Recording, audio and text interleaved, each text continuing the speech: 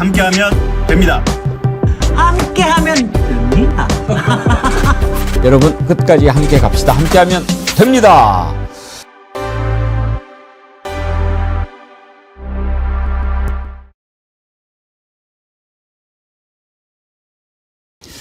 네, 여러분 안녕하십니까?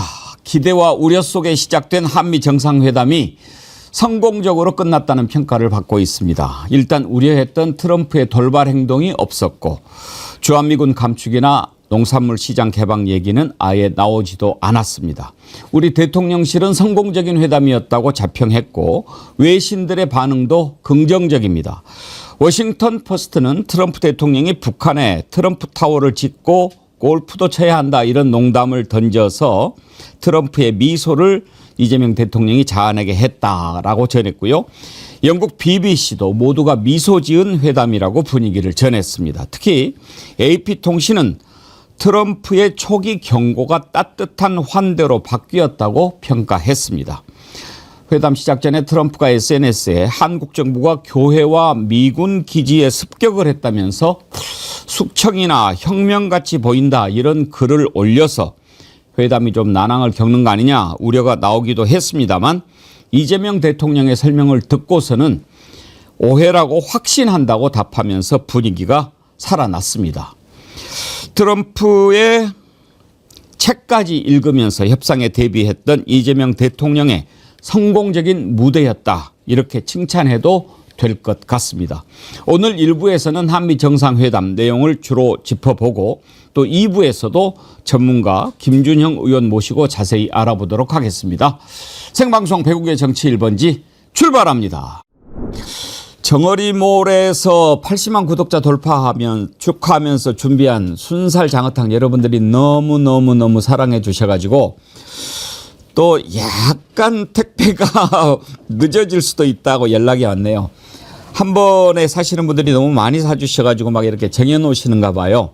하루 이틀 정도 늦어질 수 있다고 하니까요. 여러분 이해해 주시고 정어리몰 장어탕이 워낙 가성비가 좋고 또 품질이 좋고 그러다 보니까요.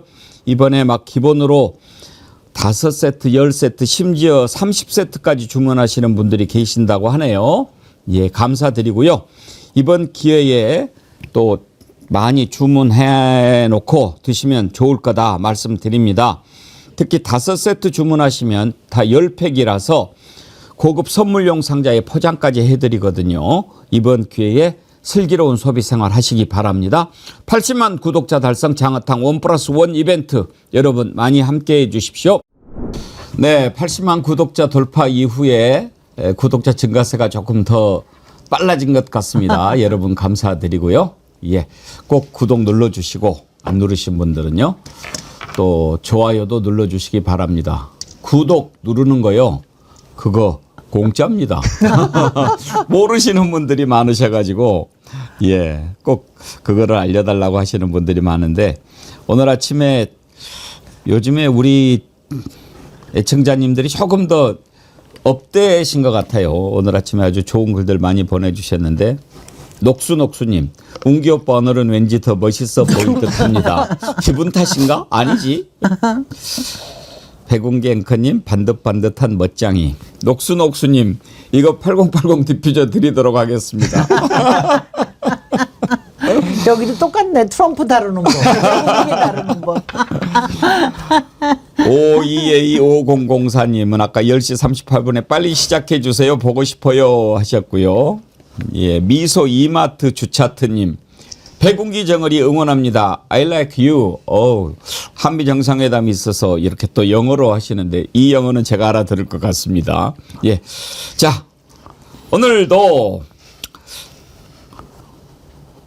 해야 될 게 너무 많아요. 지금 일단 패널 소개를 먼저 하고 예, 미국 박사님, 김진애 의원님 어서 오십시오. 네, 안녕하십니까. 기분 반갑습니다. 좋습니다. 기분 좋죠. 네. 잠은 제대로 주무셨나요? 아니 2시에 일어났다가 그거 생방송 다 보고 네. 겨우 긴장이 풀려가지고 다시 자서 피곤해 죽겠습니다. 오늘 또 미국 얘기니까 김진애 의원님 말씀 많이 해주세요. 아, 예. 예, 전혜연 민주연구원 본장님 반갑습니다. 안녕하세요. 네. 정어리가 궁금해서 전혜연 원장님 모습 봤는데 정말 일정이 바쁘시더군요. 네, 아유, 근데 뭐 정책을 만드는 과정이 참 어렵고 힘들지만 보람이 있다는 생각이 들었는데 저는 사실 이제 조회수 한 100만 나왔으면 좋겠는데 조회수 여러분 많이 올려주십시오. 조회수 100만 나오려면 조금 궁금한 걸 더 많이 보여줘야 되는데 하이브도 가고 그러셨다면서요. 네, 뭐 이제 제가 그런 것도 좀 쫙 이렇게 보여주고 그래야 되는 거 아니에요? 간다기보다 이제 그분들을 면담했었는데 네. 이제 민감한 내용이 들어갈 때 네. 뭐 공개를 못해서 좀 아쉽습니다. 그럴 때는 중간에 짠 뭐 하는 거 이런 것도 해. 그럴 때는 우리 정어리 TV 취재 허용하지 않으면 나 면담 안 하겠다 이렇게 좀 나가야죠. 알겠습니다. 앞으로 검토해보겠습니다. 그러면 100만 팍 나가는 거지. 그러면 우리가 전혜연 하이브 공개 거절했다며 면담 거부 이렇게 나가는 거 아니에요. 네, 노력해보겠습니다. 정구승 변호사님 어제에 이어서 오늘 또 나오셨습니다. 반갑습니다. 네, 반갑습니다. 네. 어제 아주 두 분이랑 이렇게 이야기하는데 좋았어요. 아유, 할 말이 많았는데 아쉽습니다. 시간이 부족해갖고. 또 뭐 자주 하십시다. 예, 누가 감사합니다. 더 말 잘해요? 두 분. 김규현 변호사하고 정구승 변호사 두 분이 나오셨는데요. 네. 김규현 변호사가 나이는 좀 더 많은데 이 그 연수원 후배더라고요. 네. 로스쿨 로스쿨 후배. 변호사 시험 후배입니다. 네. 제가 선배입니다. 뭐 말이 하면 두 분 다 잘하죠. 정구승 변호사님은 제가 이따가 다른 얘기할 때 넥타이 조금 이쪽으로 위치 바꾸세요. 예, 알겠습니다. 스타일은 좀 달라요, 두 분이. 오늘 이슈가 많아요. 지금 사실 한미 정상회담이 중요한 내용이라 그것부터 해야 되는데 방금 전에 속보가 들어왔어요. 국힘당 새 대표의 장동혁 됐다고요. 제가요 장동혁 되면 좋겠다고 그랬잖아요. 김진희 의원님은 뭐 예산에서 떨어진 조경태 얘기하고 그러셨잖아요. 김진희 의원님 타율은 갈수록 떨어져요. 너무 장동영이 될 것 같으니까. 제발 좀. 이렇게 해야 된다. 정말 전환길 승, 한동훈 패.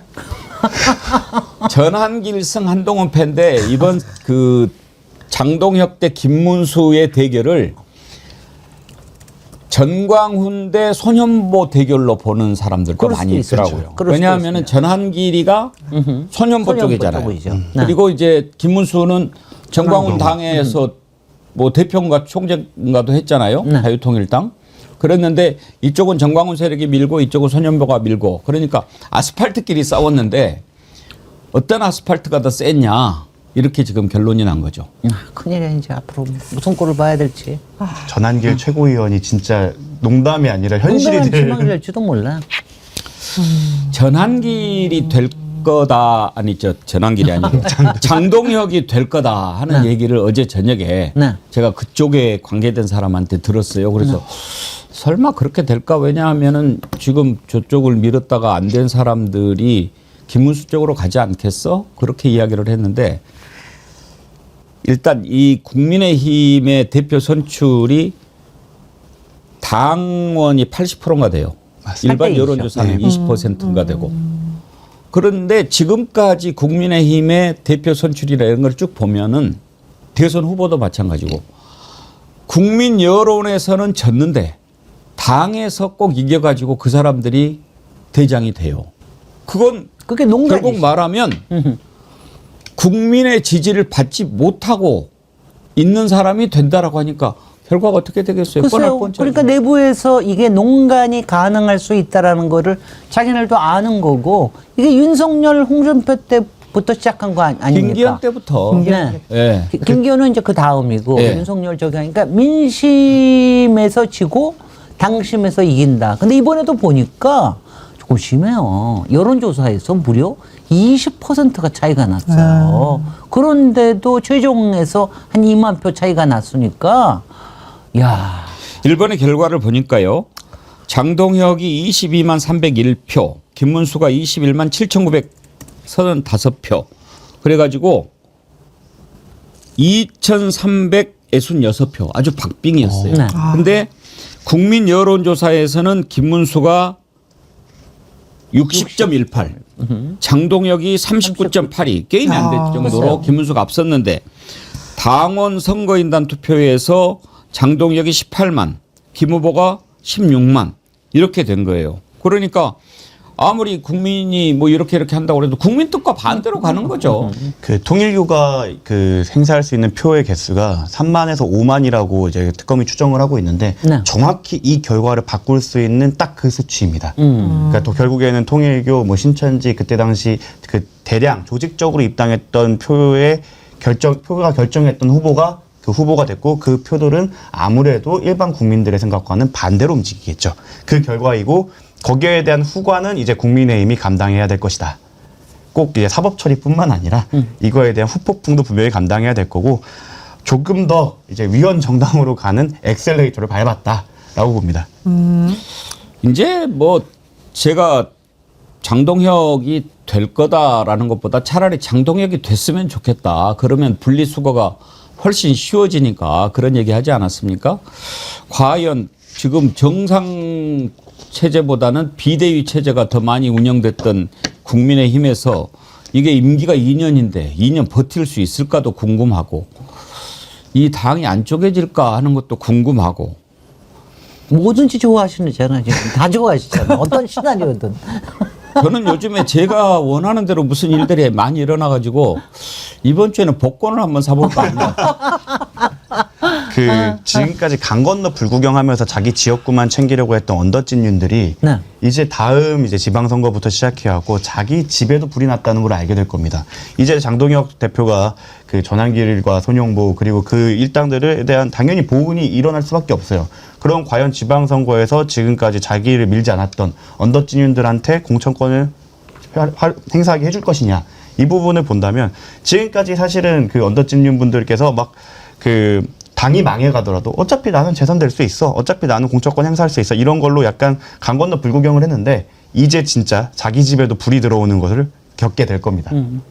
저는 이번에 장동혁 대표 당선 일단은 축하는 드립니다. 좀 우려되는 것이 국민의힘 보수정당 내에서도 늘 소장파들이 그래도 목소리를 내는 흐름이 이어지다가 윤석열 정부 들어와서 소장파가 아니라 오히려 대통령의 이 심부름꾼? 좀 과격한 표현으로 똘마니들이 오히려 초선들이 됐다. 왜냐하면 막 대통령실 지시에 따라서 당대표를 공격하고 막 원내대표 공격하고 이런 희한한 흐름이 나타났었는데 장동혁 대표 때는 아예 국민의힘과 보수정당의 소장파가 멸종될 게 아닐까 이런 생각이 듭니다. 그런데 반대 목소리가 공존하지 않는 정당, 특히 보수 정당에서는 극우화로 가면서 결국 민심과 멀어지고 외면받는 현상이 있었습니다. 그래서 장동혁 당 대표께서 어쨌든 당 대표가 되셨으니까 내부의 그 목소리를 좀 들으시고 무엇보다 민심에 좀 귀를 기울이지 않으면 정말 더 소수 정당으로 전락할 수 있다 이런 우려가 됩니다. 소수 정당이 될지 제로 정당이 될지 그건 좀 봐야 되겠습니다. 그런데 이번에 보니까 맨날 국힘이 뭐 500만 당원 그러잖아요. 장동혁이 22만, 김문수 21만, 50만도 안 되고. 근데 무슨 500만. 지오아빠 헬리님, 백스트라다무스, 앵커님 애연 적중. 오. 모두가 아니라고 할 때 당대표 장동혁, 이후 최고위원 전한길, 국힘 해체. 앞으로 백스트라다무스님을 더욱 맹신하겠습니다. 이제 장동혁이가 최고위원 전한길 뽑고 국힘당 해체하고 그러면 저도 뭐 백스트라다무스 불려도 되겠죠. 뭐 한번 봅시다. 예. 장동혁 선출 장면 보고 가요? 아니면 빼고 가요? 보고 싶으니까. 한번 볼까요? 네, 보세요. 한번 봅시다. 예. 김문수 후보 21만 7,935표, 장동혁 후보 22만 302표를 각각 득표하였습니다.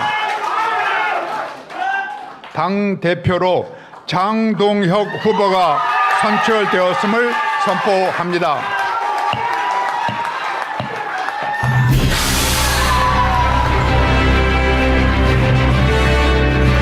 장동혁 후보가 선출됐습니다. 이제 최종 선출됐습니다. 고맙습니다. 여러분 뜨거운 박수 보내주시기 바랍니다. 장동혁 대표가 재선이죠. 근데 저는 김준혜 의원님 개인적으로 저런 류를 제일 싫어해요. 갓나구. 정말 갓나구 짓을 많이 했잖아요. 저 친구는 정말 저는 정말 갓나구 중에서도 상갓나구. 상갓나구 네 그런 것 같아요. 아니 너무 너무 많이 변했어요. 완전히 그냥 원래 변색 한동훈 게 아니었어요. 것처럼. 몇 개월 전까지만 하더라도 한동훈 그 옆에 붙었고 착 붙어서 거의 계엄 해제할 때 거기에 네. 현장에 있었잖아요. 거기 찬성표 표를 던져놓고. 참여했죠. 네. 그래놓고 이제 그 다음에 윤석열이 다시 이제 힘을 가져가는 척 하니까 이제 얼른 윤석열한테 갔다가 네. 윤석열이 이제 떨어지고 나니까 뭐 전환기한테. 얼른 이제 또 전환길한테 갔다가 난 저자가요 머리는 비상한가 봐요. 공부머리가 판사. 사시 행시 CPA 공인회계사까지 3시를 통과한 사람이에요. 옛날에도 그런 친구 있었는데. 박찬종. 박찬종도 말고 네. 또 한 사람 그 장덕진. 고모식이라고. 고승덕. 네, 고승덕. 고승덕은 외시. 그러니까 다 재승박덕이야. 그렇죠. 그런 친구 정말 고승덕은 그런 사람. 기록도 있어요. 네. 사시수석, 행시수석, 외시차석 뭐 이래요. 그러니까 뭐 공부로는 그 사람 따라갈 사람이 없었던 거죠. 네. 그런 엘리트들의 말로다 그 엘리트들의 환상을 깨주고 있는 거죠. 그렇게 판사까지 했던 분이 사실은 정치에 와서는 몇 달 전까지는 한동훈 옆에 붙어갖고 있다가 그리고 윤석열한테 붙었다가 이제는 그냥 강사인 전환길 옆에 붙어갖고 계속 모습을 바꿔가면서 어떻게 보면 당대표까지 차지했다는 건 두 가지를 의미한다고 봅니다. 첫 번째로는 인물이 누구여도 상관이 없다. 결국에는 우리 편이 누구인가만 중요하다. 저쪽에선. 두 번째로는 공부 잘하고 학벌 좋고 뭐 언어 시험을 합격했건 그거와 상관없이 이 사람의 행적과 그 업적으로 평가받아야 되는 세상이 왔다. 지금까지 대한민국에는 통용되던 게 막 능력주의라고 하면서 사실 그 사람의 자격증이나 학벌에 대해서 굉장히 리스펙을 해왔거든요. 근데 거기에 대한 이제 민낯이 윤석열 그리고 장도경을 통해서 조금 벗겨지고 있는 게 아닌가 생각합니다. 그 국민의힘이 뭐 수십 년 전 이회창 시대로 돌아가는 게 아니라 전 이런 생각이 드는데 이회창 대표 때 보면은 제가 그때 출입 기자였었거든요. 당직자들이 이회창 당시 총재님하고 엘리베이터도 같이 못 탔어요. 그 정도로 권위주의적이고 굉장히 막 그 북한에 대해서도 좀 심하다 싶은 강성 발언 쏟아내고 막 이런 상황이었는데 지금 장동혁 대표 같은 경우는 오히려 그때보다 더 위험해질 수 있다라고 생각이 듭니다. 왜냐하면 당시 이회창 총재 옆에는 그래도 좀 젊은 사람들을 영입해서 새로운 바람을 불어들이는 게 있었지만 지금은 완전히 없고 지금은 완전히 극우 유튜버에 의해서 당이 좌지우지되는 그런 현상으로 갈 수 있다. 근데 극우 유튜버들이 하는 주장이 거의 망상의 수준이잖아요. 그래서 아무리 야당이라 하더라도 아까 말씀하신 것처럼 소수 정당이 아니라 제로 정당으로까지 가는 거 아니냐라는 좀 우려가 됩니다. 이분이 얻은 별명이 장동혁 후보가 이번 과정 중에 얻은 별명이 히틀러 아니에요. 장틀러라고 히틀러라고 그냥 연설하는 것 자체가 히틀러식으로 하는 게 그냥 스스로 도취가 돼요. 눈이 자기 하는 돌아갔어요. 말에. 눈이 돌아가서 완전히 예. 눈빛이 달라져요. 그러니까 상당히 위험해서 자칫 정말 국힘이 완전히 파시즘 정당이 되지 않을까 그런 걱정이 지금 많이 그쪽은 듭니다. 그렇게 돼버렸죠. 국힘당보다도 이제 국힘당이 저는 쪼개질 거라고 보거든요. 왜냐하면 김문수는 그나마 마지막에 우리가 통합해야 된다. 어차피 이제 통합을 명분으로 해가지고 안철수는 한동훈 지지표를 좀 얻어볼까 했던 건데 김문수는 워낙 올드해가지고 뭔가 새로운 뭔가를 만들어내지 못할 거다라는 것 때문에 안 된 것 같은데 어찌됐든 통합을 외쳤는데 장동혁은 눈을 막 희번덕거리면서 단일 대우로 가야 된다, 없애야 된다 막 이랬거든요. 그러니까 쪼개자는 얘기거든요. 반대하는 놈들 나가라. 뭐 이렇게 하니까 쪼개질 거라고 봅니다. 근데 현실적으로 이제 경제적인 사유, 금전적인 문제 때문에 그게 될지가 모르겠는데 안철수 의원이 과거에는 그래도 재력을 바탕으로 창당하는 데 성공을 했었지만 지금 분류된 예를 들어 안철수 의원 같은 경우에 그 와중에도 간을 봤죠. 아예 그 김문수를 지지하고 나섰던 세력들 중에서 과연 창당이라는 어떻게 보면 경제적 부담을 감수하면서까지 자기의 신념을 지킬 만한 사람이 누가 남아 있는가. 그래서 저는 창당도 어렵다. 그냥 소멸밖에 없다라고 생각을 합니다. 기차로님, 판사 위에 강사로 판명. 판사 위에 강사. 로지 SY님, 국진당 얘기는 그만합시다. 아, 그럴까요? 알겠습니다. 예. 아, 또 속보라서 우리가 또 잠깐 얘기해 봤는데 이게 그 얘기는 한번 하고 갑시다. 국진당 앞으로 어떻게 될까? 저는 쪼개진다라고 보는데 이게 또 한 달 갔다가 또 비대위로 갈까? 그런 것도 좀 궁금하고. 김진애 의원님, 국진당 미래 어떻게 전망하십니까? 저는 솔직히는 별 관심이 없어서 아니 왜냐하면 근데 이게 외력이 있지 않으면은 이 사람들은 스스로 망할 힘도 없고요. 스스로 쪼개질 힘도 없어요. 그래서 스스로 망할 힘도 없다. 힘도 없고. 그래서 저는 외력이 분명히 작용해야 될 거다. 이게 특검으로 해가지고 해산을 시켜주자. 위원 정당인. 왜냐하면 그거 자체를 가령 한동훈이나 또는 안철수나 이런 사람들 바랄 거예요. 그래서 오히려 그렇게 해야지 그게 모멘텀이 돼서 뭔가를 할 수 있을 거라는 생각이 듭니다. 알겠습니다. 전혜원 원장님의 전망은요? 네, 저는 당이 쪼개질 가능성이 높다고 생각을 합니다. 뭐 당장 친한계에 대해서도 내부 총질이라는 식으로 언급을 한 거는 도저히 갈 수 없다라고 장동혁 당시 후보가 선언을 한 거라고 보고요. 이른바 한동훈계라던가 좀 다른 길을 모색한 사람들이 이 정당에서는 뭐 출마한다거나 할 수 있는 길이 없기 때문에 결국은 쪼개질 거라고 생각을 하는데 문제는 쪼개져서도 잘할 것인가. 글쎄 쪼개진 정당에 대해서도 큰 기대를 할 수 없다라는 게 좀 안타까운 스스로 현실입니다. 쪼개질 힘이 없어요. 정구승 변호사님의 저는 전망은요? 결국 그 쪼개진다고 하면은 그 주체가 있어야 될 건데 그럼 한동훈 혹시 안철수 이 정도라고 생각해요. 근데 한동훈 전 대표 같은 경우에는 그 내란 이후에 갈팡질팡한 행보 거기서 확실하게 자기 주관을 드러내면서 그 계엄에 반대하고 그 탄핵에 찬성하는 모습을 보였으면 모르겠는데 계속 그 극우의 눈치를 보는 어떻게 보면 갈팡질팡한 모습을 계속 보였고 다른 해구로 분류될 수 있는 안철수 같은 경우에는 유명한 별명이 있죠. 간철수.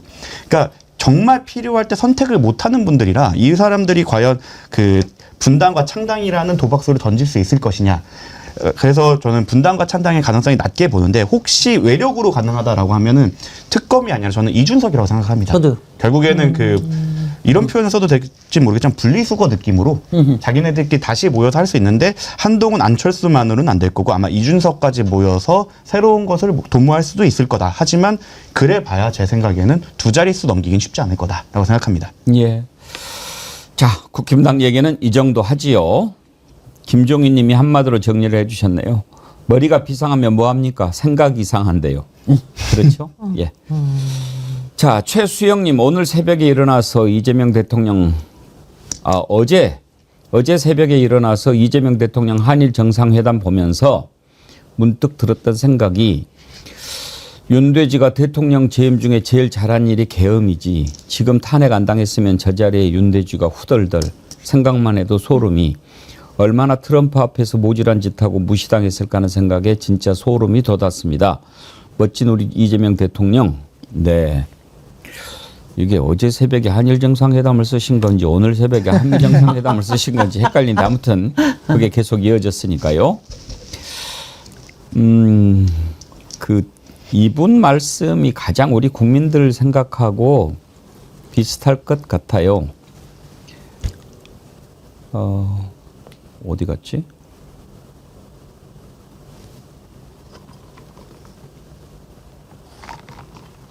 아까 시간을 좀 벌어드리자면 그 장동혁 그 이제 당 대표가 히틀러처럼 하면서 뭐 계속 선동을 한다고 하는데 그 기반이 사실이 아닙니다.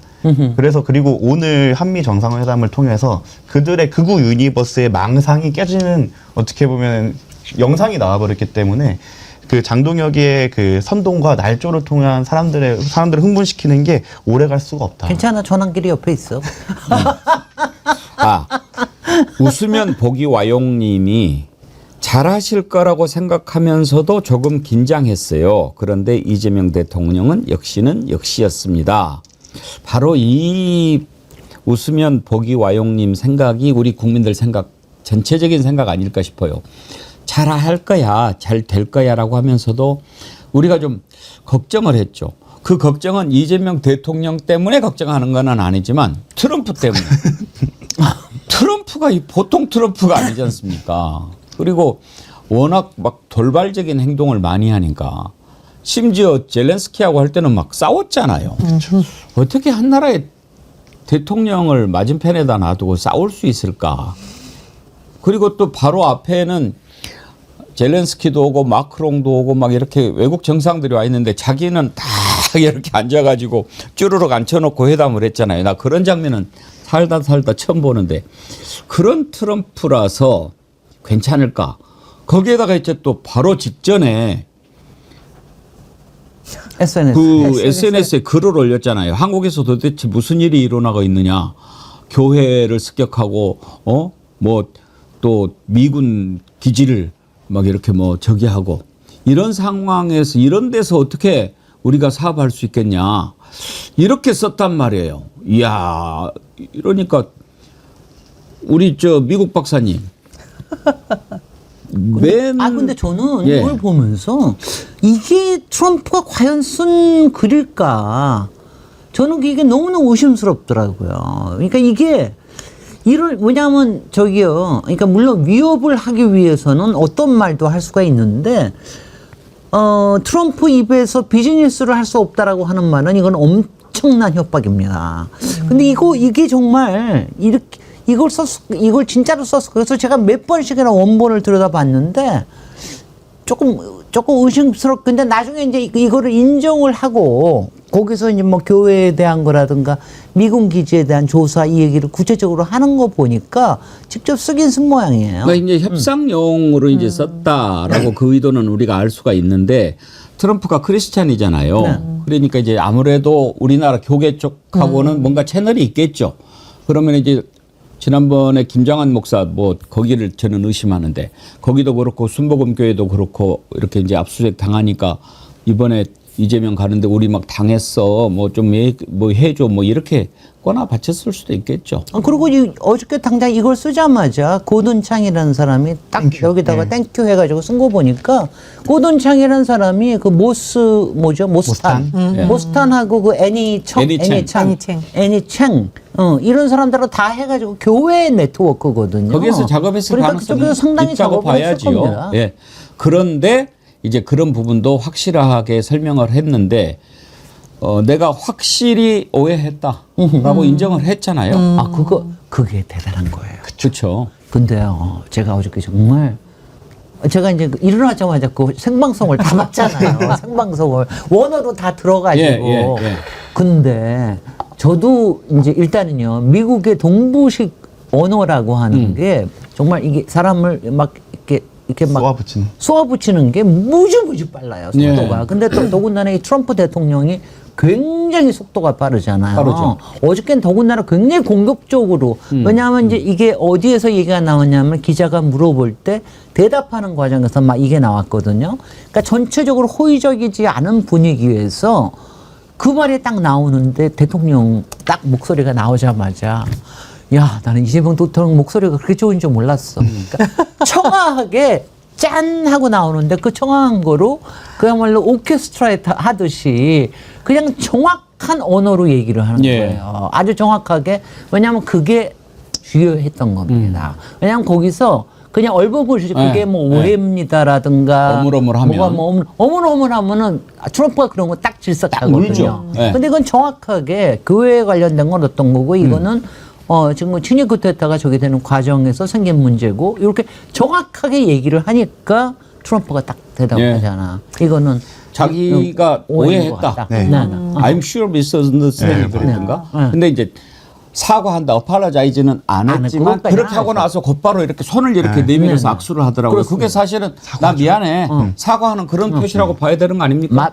바로 맞습니다. 네. 이게 야 내가 잘못해서 내가 미안해 오해했어. 오해했어. 바로 그 뜻이에요. 바로 성남시장 시절부터 사실 거의 모든 회의를 라이브로 틀어놓고 그리고 그 소통도 나중에 서면으로 하겠습니다. 차후에 밝히겠습니다가 아니라 그 자리에서 본인이 기억하고 있던 팩트를 통해서 반박해왔던 그 과거의 그 능력이 이제 경기도지사 당대표를 거쳐서 대통령실에 가서도 지금 소통을 다 라이브로 쌍방향 채널을 열고 국무회까지 오픈했던 게 그런 실력이 미국에서도 발휘를 한 거죠. 그리고 나는 좀 또 이재명 대통령 이재명 대통령이 뭐 영어를 잘하시지는 않을 거 아니에요.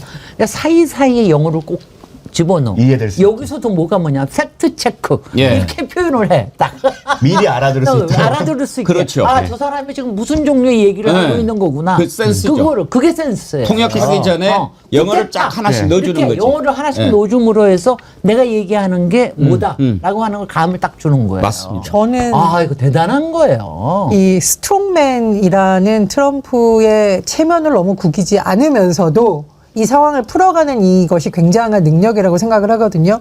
이재명 대통령이 거래의 기술이라는 책을 다 읽고 갔다라는 거잖아요. 상대방의 대화법을 미리 다 간파해서 기분 나쁘지 않지만 오해를 바로 풀 수 있는 그런 걸 보여줬다고 해서 저는 스트롱맨에 맞서는 건 스트롱맨이 아니라 스트롱맨에서는 와이즈맨이 필요하다. 그래서 이재명 대통령이 그거 굉장히 잘 구사했다고 생각을 하고 또 그런 것도 굉장히 좋은 전략이라고 봅니다. 그러니까 상대방을 무조건 칭찬하는 게 아니라 상대방이 어떤 점에 자부심을 갖고 있는가. 남북관계에 있어서 피스메이커 하셔라. 나는 페이스메이커 하겠다. 이렇게 약간 유머를 섞어서 이 분위기 잘 풀어가는 기술. 바로 그런 이런 것도 것이 굉장히 아까 김진 의원님이 네. 말씀하신 그런 포인트 그거, 이야기하면서 내가 지금 무슨 이야기 하고 있어? 피스메이커, 페이스메이커 하면은 아, 저거구나. 기분 좋고 결정적인 게 또 북한에다가 말이야 트럼프 타워 짓고 트럼프 타워 딱 싸우잖아. 골프도 트럼프 거기서 골프 치고 얼마나 흐뭇하겠어요 트럼프가. 맞아요. 정말 잘 짚으신 게 일방적인 아부는 일본이 했다가 실패한다는 걸 맞습니다. 보여줬어요. 맞습니다. 근데 사실은 이게 설득의 기술이라는 게 상대방이 듣기 좋은 얘기를 해야지 내가 생각했을 때 좋은 걸 준다고 저 사람이 무조건 좋아하진 않잖아요. 정확하게 트럼프가 원하는 것. 왜냐하면 트럼프는 이제 이제 관세나 이런 협상을 통해서 자기가 주도권을 많이 가져왔다고 생각하고 지금 원하는 건 명예라고 생각을 했던 것 같아요. 그래서 정확하게 너가 그 노벨 평화상 그리고 난 지금 전쟁 8개의 전쟁을 끝냈다고 하는 트럼프의 그 자신감에 하나를 얹혀주는 너가 하나의 전쟁을 더 끝낼 수 있어. 그리고 그거에 대해 너가 역사적인 이름을 남길 수 있어. 라는 어떻게 보면 새로운 당근을 준 거죠. 아, 저기 트럼프가 좋아하는 게 구체성이에요. 칭찬을 좋아하냐면 구체성이에요. 그리고 북한 얘기를 할 때도 딱 명확하게 대통령이 이재명 대통령께서 김정은, 김여정까지 얘기를 하더라고요. 나 그래서 이야 저 정말 대단하네. 그 얘기까지 하니까 그걸 탁 물잖아요. 트럼프 나도 김여정 알아. 뭐 이러면서 딱 얘기를 하니까 이게 잘 풀어가지는 거예요. 잘 풀어간 거죠. 그게 그러니까 아까 이제 와이즈맨이라고 얘기하셨는데 저는 스마트맨. 저는 슈루드맨이라고 그래요. 네, 오히려. 스마트보다 더 높은 데가 슈루드입니다. 슈루드하다는 게 머리가 정말 네, 비상하게 뜻인가요? 그냥 착착착착 돌아가는 거야. 그래. 와이즈맨은 바보들만 사랑에 빠진다고 얘기하죠. 스마트. 예. 오늘 한번 그 내용 하는데 그것과 관련해서 한 가지만 더 이야기해 보면 저는 그 부분을 좀 이재명 대통령이 파고든 거 아닌가. 이제 서로 싸울 때 어디가 상대방 약점인가 아킬레스건인가 이런 걸 보면서 딱 그쪽을 치잖아요. 복싱할 때도 저 사람은 복부가 약한지 턱이 약한지 이런 걸 보면서 공격하는데 지금 트럼프가 노리는 거 뭐라고 보십니까? 물론 빨리빨리 외국 돈 뜯어가지고 국내 경제 살리는 것이 또 있지만 또 하나는 이제 노벨 평화상이거든요. 그렇죠. 진짜 노벨 평화상 받게 하려고 그러면 북한 뭐 이런 거 탁탁탁 해가지고 하면은 이것부터 탁 치고 들어가면 다른 이야기 홀라닥 할 수도 있어. 이거를 저는 간파했을 거라고 봐요. 그러니까 막 트럼프 타워 거기에서 골프 치고 막 이러면 내가 농산물 얘기하려고 그랬는데 그 얘기도 못하게 하고 뭐 이렇게 되는 거 아니에요. 표현 반식도 거의 사실상 이 난국을 풀 수 있는 건 원래 유다. 너만이 할 수 있다는 식으로 표현을 해서 그러니까 기분을 띄워주면서도 원하는 니즈를 정확하게 수용을 해준 거죠. 예. 분위기부터 한번 살펴보도록 하겠습니다. 이게 잘 됐다라고 하는 게 분위기거든요. 뭐 나중에 종이 쪽지로 아무리 해봐야 그건 뭐 필요 없는데 몇 가지 이렇게 딱 좋은 분위기들이 이번 회담의 성과를 표현해주고 있다. 예를 들면 시작하기 전에 트럼프가 이재명 대통령 의자를 뒤로 빼주더라고요. 우리가 의자 빼주는 거는 어디서 봤냐? 윤석열이 비상계엄 발표할 때 그 비서가 와서 의자 빼주더라. 그런데 또 서명하고 나서 볼펜 이렇게 딱 보니까 이거 정어리 볼펜을 드릴 걸 그래. 그랬더니 또 트럼프 정말 얘기 같아. 그거 네 가져갈 거야? 트럼프가 귀여운 데가 있어요. 예. 그 정확하게 이게 일본의 그 황금 그 투구인가요? 그거와 비교되는 선물인 거죠. 일부러 내가 너한테 줄 게도 아니고 정확한 니즈를 파악했던 게 트럼프가 원래 그 유성 사인펜 같은 느낌의 펜을 사인하는 걸 좋아하면서도 그립감에서는 좀 두꺼운 펜을 좋아했다고 하더라고요. 정확하게 이게 그걸 맞춰서 가져가고 내가 진상한다 느낌보다 봐봐 좋지? 딱 이렇게 하니까 뒤에서 놓고 가는 거 아니냐. 아니요. 저는요. 이재명 대통령 저는 그건 절대로 준비하지 않았었다고 생각하는데 딱 그러고 해서 이제 펜에서 막 얘기하고 나니까 아 이거 가지고 사인하시면 굉장히 좋으실 거다. 네, 네. 그거로나 끝났으면 그것도 오케이해. 그다음 뭐라 그러는 줄 아세요? 영광입니다. 그 이시바가 받은 책에다가 사인해서 저 책 주십시오. 예. 연출이 확실하네.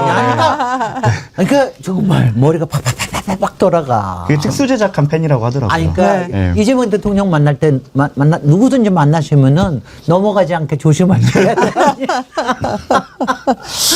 자, 한미 정상회담 분위기 한번 먼저 보도록 하겠습니다.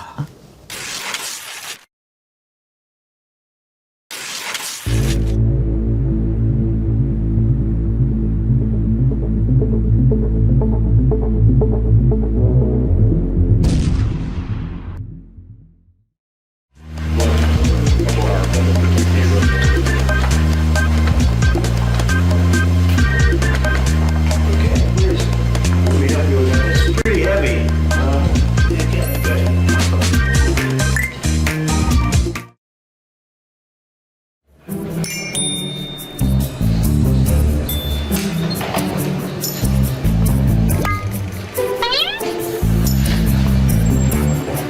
Is that your pen? Do you want to take it with you? I'll grab that pen. You know what I like? The writing is beautiful. The thickness. Oh, it's nice. You know, this is your design with your pen. I don't like the ballpoints. You know. This is made by in your country. Oh yeah. 대통령께서 하시는 그 아주 어려운 사인에 이용할 겁니다. I'll use it because for me, I like that kind of writing. I like that felt. 영광이죠. I don't like a ballpoint. Right? I won't use it, but I'm going to keep it because I don't want to use it. I want to have it as an honor and keep it in a very important. And I have gifts for you. When before we leave, we have to remember. And that's some great gifts for you and your people. We always have to remember that a lot of times, and then people will rush out and say, "Oh, I forgot to give them the gifts." 예. 참 보면서도 우리가 웃고 참 좋아했는데요. 야, 그 의자를 이렇게 빼주는 모습 보면서 바로 우리가 어제 이렇게 딱 앉아가지고 앞에 유럽 정상들 앉혀놓고 하는 걸 봤거든요. 근데 김준희 의원님 제가 오늘 아침에 이렇게 딱 보는데 나 조선일보 기사 제목 보고 얼마나 웃었게요. 조선일보 의자 빼준 대통령 이재명 처음 아니다. 어제까지 에이. 너무 아유, 넓으신 거 아니에요? 참, 아유, 그러고 싶을까요? 아 정말 아유. 그 어제까지 계속 의전 참산에 뭔에 말도 안 되는 걸 했던 걸 트럼프가 직접 보여줬죠. 아니야. 트럼프 대통령이 어느 정도냐면 왜 정상들 할 때 일부러 손 꽉 쥐어가지고 맞아요. 왜 손에 자국 남기고. 손에 막 자국 남기고 그리고 저는 개 데려가지고 왜 개 무서워하는 이재명 사람들 깜짝 대통령 놀라게 저는 하고 거참 좋은 게 거기 앉지 않으신 것도 너무 좋았다고 생각해. 그게 무슨 의자냐면은요. 트럼프 대통령 의자예요. 가운데 이렇게 뒤가 좀 더 높은 거거든. 그러니까 꼭 옛날에 그 박성범이 KBS 사장이 그땐 기자였나? 가가지고서는 왜 저기 용산에 가가지고 윤석열 대통령 만나러 갔을 때 의자 빼주잖아. 한번 앉아보실래요? 그리고 근데 그때 앉아본다라는 거는 바람직하지 않은 거예요. 왜냐하면 남의 대통령의 자리에 앉는다는 건 안 좋은 겁니다. 근데 그리고요 그때 거기 앉으면은요 아주 안 좋은 모습이 나와요. 그게 뭐냐면 무거운 의자거든요. 네. 그럼 약간 뒤로 뺐단 말이죠. 그럼 뒤로 하면서 이걸 다시 이렇게 하잖아. 그러면 아주 어색한 그렇죠. 모습이 나와. 그럼 미국 국민들이 보기 기분 그러니까 나쁠 수도 있고. 공간이 있으니까 그냥 거기 서서 딱 하시잖아. 아니, 저거 하고 싶은 나는 얘기가 대통령. 있는데, 좋은 날 이 얘기를 해야 되나 하지만 좀 할 수밖에 없다. 국민의힘 의원들 있잖아요. 적어도 외교와 관련된 부분에 있어서는 놀부심보 좀 부리지 않았으면 좋겠어요. 그러니까 나경원 의원이 이재명 대통령이 뭐 미국에 의전홀대 당했다 막 이런 말을 했는데 의전홀대 당하는 걸 혹시 원하신 건 아니겠죠. 우리나라의 경제와 안보에 정말 중요한 기점이 있는 이 한미 정상회담이 혹시 잘 안 되기를 바라는 마음이 있던 건 아닌지 제발 놀부심보로 이런 말 하지 그런 걸 않았으면 의문까지 좋겠다. 하고 그래. 아니 나경원 의원 외통위원장 출신 아닙니까? 어떻게 이런 말해요. 항상 그분들이 입에 달고 다니는 얘기가 있었죠. 반국가 세력. 자, 이제 누가 반국가 세력이지? 아유, 저는 이 국힘 의전 타령 좀 하지 마, 정말. 나는 의전 타령하는 꼴들. 나경원 어저께 의전 타령하고 앉았는데, 뭐, 블레어 하우스에서 자신을 못했다는 의전 타령 홀대 받았다. 야, 홀대를 받건 의전을 어떻게 받건 간에 가서 제대로 일하고 오는 게 중요하지. 니네들 맨날 의전 타령하다가 맨날 나라 팔아먹고 맨날 그러지 않았어? 아, 나 정말 정말 재수 없어요. 아, 정말 재수 없어. 아, 기분 나쁜 이야기 빨리 지나가고 네. 트럼프가 탐냈던 그 볼펜이 어떻게 됐어요? 어디 건지는 모르겠지만 네. 지금 모나미 주가가 네. 상한가를 치고 있어요. 모나미가 왜? 모나미 걸 거라고 모나미 거래요? 모나미 걸 거라고 알려줬어요? 생각하는 거겠죠. 예. 왜냐하면 우리나라 또 볼펜은 모나미니까. 어. 지금 모나미가요. 오늘 상한가도 쳤다가 현재 12.76% 올랐어요. 아, 주가에도 영향을 미치는군요. 아, 정어리 볼펜을 갖고 가라고 그럴 건데. 아니 그게요. 제가 들은 바에 의하면 청와대에서 자체 저기 제작. 특수하게 자체 제작해가지고 주문한 예. 거라 그러더라고요. 그러니까 이건 모나미가 괜히 그냥 반사 효과 안 되거든요. 어디다 맡겼는지. 근데 모나미가 했을 수도 있고. 그럴 수도 우리나라 있겠습니다. 볼펜은 모나미고. 아, 저는 그 여사님이 김혜경 여사님께서 한복 입으신 거 참 보기 좋더라고요. 그리고 항상 겸손하게 하시고 또 우리 교민들 만날 때도 따뜻하게 대해주시고 그 모습이 있고 또 한복 입으시는 게 아마 이제 한복 업체라든가 그 한복을 만드는 실크와 관련된 관련된 업체들이 좀 어려움을 호소한 바 있어서 그런 걸 많이 해외에 또 홍보하는 K뷰티 이런 거 하신다는 얘기도 듣는데 그런 모습도 참 윤석열 정부 때와 비교해서 참 좋았습니다. 꼭 비교를 해야 되는지 모르겠지만 비교를 한번 하자면 윤석열 외교라고 하면 두 가지 장면이 떠올라요. 걔 윤석열 대통령이 막 이러고 있을 때 오빠 나가봐 가봐 이 장면과 두 번째로는 그 국가정상끼리 걸어가는데 가운데에 김건희 씨가 걸어가던 그 포커스가 이상했던 사진. 그럼요. 그것과 지금의 외교 현장을 비교해 본다면 이게 바로 실력이고 이게 바로 프로다. 확실히 차이가 나죠. 예. 지금 화제가 되고 있는 펜 한번 봅시다. 그 사진 있지요. 이게 이제 이재명 대통령이 트럼프 대통령한테 뺏긴 볼펜입니다. 이게 실제로 사인펜이에요. 사인을 위해서 사인을 위해서. 만든 사인펜. 예. 청와대 문양이 있고 이제 주로 서명할 때 쓰는 펜인데 한눈에 보기에도 좋았고 아마 또 쓰고 나서 되게 주고 그렇죠. 근데 원래 트럼프가 사인할 때 트럼프 사인이 막 머리가 복잡하잖아요. 그 사인할 때 쓰는 펜은 이 펜이래요. 이거 샤피, 저거네. 이거는 매직펜이네. 샤피. 네네. 약간 그 유성펜. 그렇네요. 원래 그걸 써요. 네. 트럼프는. 그러니까 자꾸 그러잖아요. 내가 볼펜은 안 좋아해. 그러니까 이제 꼭 그러잖아요. 뭐 가져갈 때. 야, 내가 그거 좋아하진 않지만 뭐. 근데 제가 요번에 참모들도 정말 칭찬하고 싶은 게 저기다가 저거 사인펜을 갖다 놨다는 것도 얼마나 트럼프가 얼마나 센스 좋아하는 있어요. 만년필 모양인데 내용은 실제 사인펜에 네. 사람마다 덕후가 있잖아요. 네, 맞습니다. 뭐냐면 트럼프 대통령도 이 사인펜에 대한 덕후야. 그러니까 이제 뭔가 관심을 갖게끔 딱 갖다 놓은 거 아니에요. 그리고 이것도 일방적으로 이걸 주면서 네. 우리가 준비했다라고 하는 것보다 이렇게 사인을 하면서 아, 저게 이거 뭐지라고 네, 보게 하는 그 연출 자체가 이건 참모진들의 힘이다. 정말 참모들 참 잘했어요. 트럼프가 이재명 대통령한테 전달했다는 메시지도 참 의미가 있어요. 당신은 미국으로부터 완전한 지원을 받게 될 것이다. 한국은 당신과 함께 더 높은 곳에서 더 놀라운 미래를 갖게 될 것이다. 난 언제나 당신과 함께 있다. 이런 메시지를 써가지고 대통령한테 전달했거든요. 이 정도 표현은 어느 정도 급이라고 보십니까?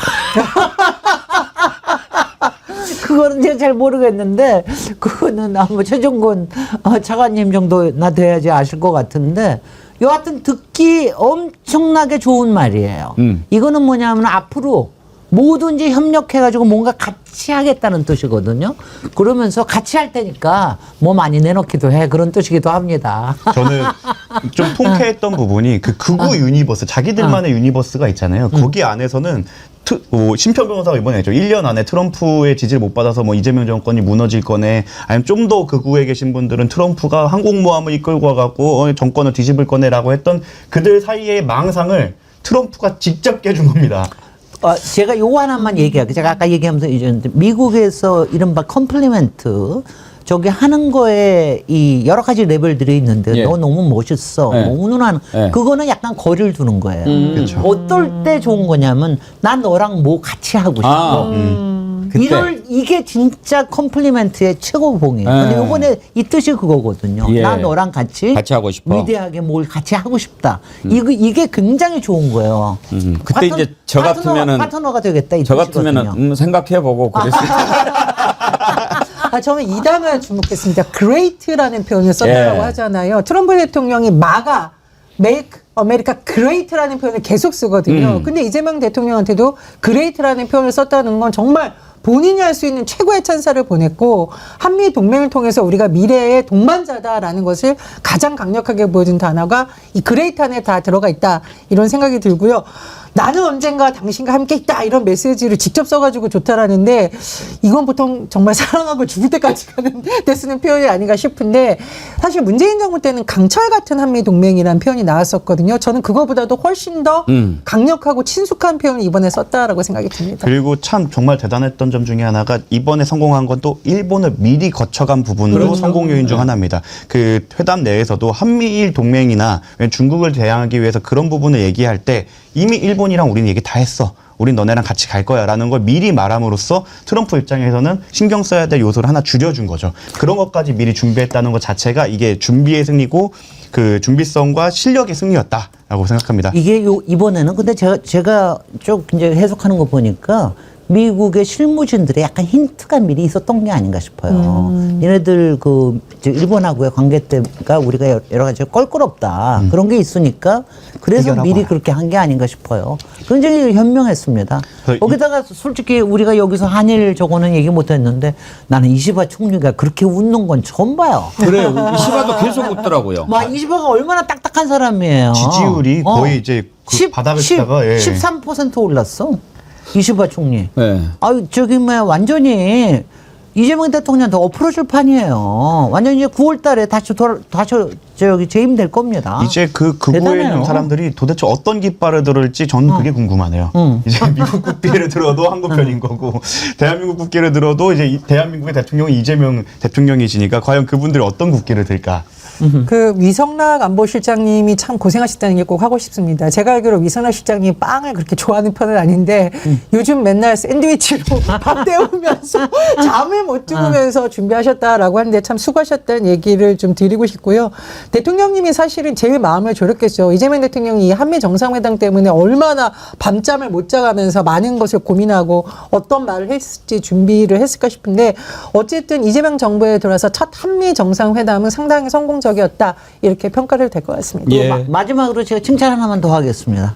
이재명 대통령님 포스처 너무 좋았습니다. 예. 포스처라는 게 이 몸에 어저께 처음에 딱 보자마자 가면서 봐. 이재명 대통령 이렇게 키가 컸나? 그렇죠? 이렇게 아니 저도 그건 느꼈어요. 연출을 이렇게 딱 하고 있으니까 그래서 깜짝 놀랐어요. 그래서 아니 그게 이재명 대통령이 트럼프랑 만나서 하는데 트럼프는 약간 이렇게 앉아요. 네네. 근데 이재명 대통령은 딱 이렇게 앉아 있어가지고 네. 키가 이재명 대통령이 더 큰 것처럼. 그래서 저게 하는 게 이재명 대통령의 이 코어가 굉장히 막 거의 정구승 변호사 정도 필라테스 하시는 혹시 굉장히 중요하고요. 예. 그 포스처를 그렇게 50분 내내 지킬 수 있다라고 하는 게 대단한 겁니다. 저는 그것도 실무진에서 그것도 굉장히- 분명히 포인트로 줬을 거라고 그럼요. 생각합니다. 미리 그렇게 얘기하신 겁니다. 예. 중간에 이렇게 할 수도 있는데 안 하시잖아요. 계속해서 그건 너무 좋았습니다. 유경옥님, 이재명 보유국 자랑스럽습니다. 그런 말 나올 만하죠. 시베리아님, 댓글도 항상 읽어주는 분들만 읽어주시는군요. 아니에요, 시베리아님. 좋은 글 많이 올려주십시오. 제가 부지런히 읽겠습니다. 그리고요, 항상 읽어주는 분만 읽어주는가 그런 생각 드실 것 같은데 자주 올리시는 거죠, 그분들은. 그러면은 많이 올려주시면 제가 읽고요. 그리고 저는 조금- 가급적이면 안 읽은 분들 골라서 읽으려고 노력해요. 그리고 저기 자주 올리시면은 또 굉장히 문장력도 좋아집니다. 맞습니다. 예, 많이 올려주세요. 네. 예. 최수영님, 오늘같이 좋은 날 좋아요 눌러요. 맞아요. 좋아요 눌러주시고요. 그 자세, 뭐 이런 태도 그런 이야기 해주셨는데요. 저는 이번에 이재명 대통령의 한미 정상회담이 성공적으로 끝난 배경 여러 가지가 있는데 일단 준비를 잘했다. 그런 것을 꼽을 수가 있어요. 그리고 확실한 내공 네. 이런 데서 비롯됐다고 보는데요. 아까 그 이시바 일본 총리 만났을 때 얘기를 해주셨는데 혹시 여러분 유심히 보셨는지 모르겠는데요. 이시바 총리를 만나는데 이시바 총리가 서 있는데 이재명 대통령이 곧바로 이시바 총리한테 가서 악수를 하지 않았어요. 혹시 기억하십니까? 뭐를 먼저 했는지 기억하시나요? 본 적 못 봤는데. 예, 한번 보시죠. 준비되면은 네, 근데 뭐냐면 네. 차에서 이렇게 항상 어디 걸어갈 때나 이렇게 자료를 보잖아요. 네네. 이재명 대통령이 차에서 계속 보다가 내린 거예요. 근데 이시바 총리가 서 있는데 이재명 대통령이 이시바 총리를 먼저 안 보고 옆에 있는 의전 비서관인가 이렇게 딱 전해주고 그 다음에 이시바한테 악수를 하는데 저는 딱 그 모습을 보면서 뭐를 떠올렸냐면 김대중 대통령이 김정일 만나러 갔을 때 트랩에서 딱 나와가지고 김정은이 그 밑에서 서 있는데 김정은한테 바로 안 갔어요. 트랩 맨 정상에서 바로 김정은을 보기 전에 북한의 산하를 딱 한번 이렇게 보면서 평양. 그 감격. 예. 내가 여기를 왔다. 이렇게 딱 이렇게 한 바퀴 딱 보고 그 다음에 미소를 지으면서 김정은한테 내려갔어요. 저는 그 모습이 떠올랐어요. 그러니까 이재명 대통령이 꿀리지 않고 딱 뭐 어떻게 보면 그게 외교적 의전으로 조금 문제가 될 수도 있지만 더 당당하고 뭐 그런 모습. 약한 사람한테는 숙여주고 강한 사람한테는 더 당당하고 이런 모습 아닌가? 제가 그 자세를 다시 한번 예찬을 하자 그러면은 여러분들 기억하시면은 지난번에 왜 트럼프하고 젤렌스키하고 만나서 난리치고 싸우고 그럴 때 그 사람들 이렇게 하고 같이 싸웠어요. 둘이 다 같이 이렇게 하고 서로 막 이래가면서 영어가 통하니까 막 이러면서 서로 간에 막 그러고 했는데 이렇게 딱 저기 하고 그렇게 정자세로 이렇게 앉아 있잖아요. 그러면 그게 주변에 있는 참모들이 존경하게 됩니다. 그렇죠. 거기에 같이 앉아 있는 사람들이 존경하게 되고 그리고 그 화면을 바라보는 어느 때나 화면을 바라보는 미국의 시민들이 존경하게 돼요. 야, 바른 사람이구나. 그래서 정말 잘하셨습니다. 예. 고맙습니다. 그 우리가 매주 화요일 주블리의 손자병법 하지 않습니까? 김병주 최고위원이 손자병법 전문가죠. 책도 펴내고 거기에 보면 지피지기 백전불태가 손자병법의 아주 가장 중요한 명언 아닙니까? 상대방을 알고 나를 알면 100번 싸워도 위태하지 않다. 그런 뜻이죠. 그리고 평소에도 계속 손자병법 얘기를 많이 해드렸다는 것 아닙니까? 이번에도 그 기내에서도 그런 이야기 했지만 트럼프하고 협상 어떻게 준비하느냐. 그러니까 트럼프가 협상의 기술인가 거래 기술인가 책을 썼더라고요. 나 보고 간다 이거지. 그런 거 보면은 그 정상회담 끝나고 한미 전략연구소죠. 미국 전략국제문제연구소죠. CSIS에서 이렇게 인터뷰도 하는 거를 봤는데 거기에서 내가 그 책 읽고 갔다. 그런 얘기를 했어요. 한번 들어보시죠. 이것까지 다 보고 잤어요. 그러고 나서 꼬꾸라졌어. 네. 예. 아이고. 잠깐 시간인 동안 저는 이재명 대통령이 에이펙에 트럼프 대통령 초청했고 가능하자면 김정은 위원장을 만남도 추진해보자. 이것도 너무 잘한 거라고 봅니다. 왜냐하면 사실 한미 정상회담이 이제 첫 문을 잘 열었으면 그 다음 단계로 이어가야 되는데 그걸 그 만남의 장소에서 이미 이렇게 자연스럽게 연결을 시킨 거고 그렇기 때문에 굉장히 이 남북관계라는 어려운 주제도 조금 더 부드럽게 풀어갈 수 있는 문을 한번 연 거거든요. 이 점을 굉장히 높이 평가하고 부디 에이펙을 통해서 북미, 남북뿐만 아니라 미국 대통령까지 하는 어떤 새로운 장이 열린다면 이거는 뭐 정치, 경제, 안보에 있어서 굉장히 새로운 장이 열릴 거다. 그런 점에서 10월 에이펙 홍보 효과도 굉장히 이미 사실은 커졌다. 이렇게 평가를 합니다. CSIS에서 했던 얘기 준비됐나요? 네, 들어봅시다.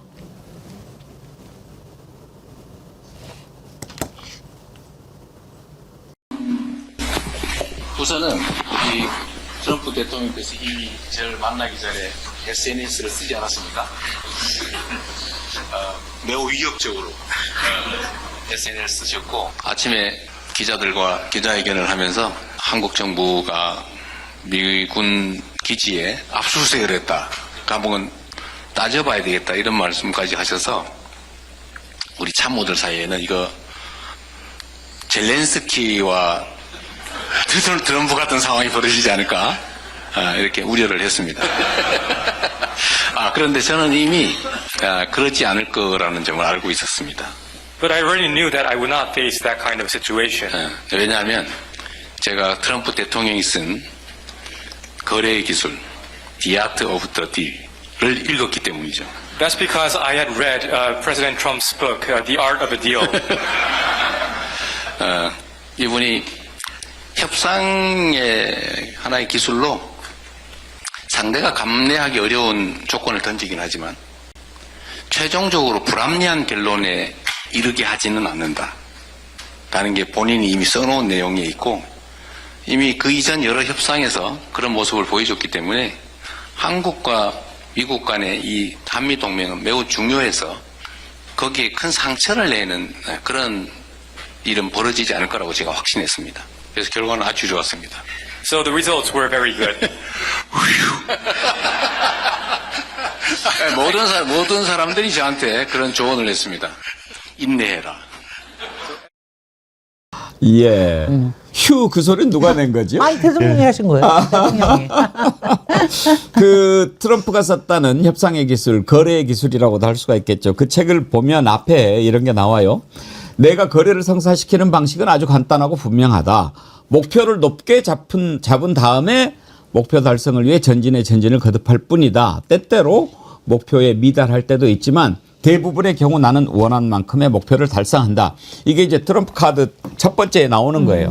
근데 저는 이게 트럼프한테 기분 나쁘게 들릴 리가 없다고 생각해요. 그럼요. 왜냐하면 나는 트럼프를 알고 트럼프에 대비했어라는 얘기를 하면서 내가 여기저기 뭐 공개적 비공개적 은밀하게 입수한 정보에 따르면 트럼프는 이렇다더라 이러면서 대비했다는 게 아니고 자기 저서를 읽었다는데 그럼요. 그런 기분 좋죠. 내가 김진애 의원님 책을 읽어보니까 김진애가 딱 보이잖아. 김진애 의원님은 저렇게 씩씩하고 막 에너지 넘치고 그러는 것 같아도 내 약점이 딱 보이잖아요. 욕조 바닥에 있는 대리석 무늬 보고 놀래가지고 그 방에서 못 주무신 분이에요.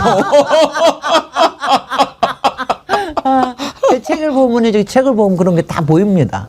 저 사람이 어디에 약한지, 어디에 센지, 어디가 버텀라인이고 어디까지가 리미트인지 이런 게 보여서 그걸 정말 중요한 거예요. 협상하려면. 근데 자기 책을 읽고 거기에 대해서 얘기했다라고 하는데 오히려 그거는 너 나에 대해서 많이 공부했구나. 좋아.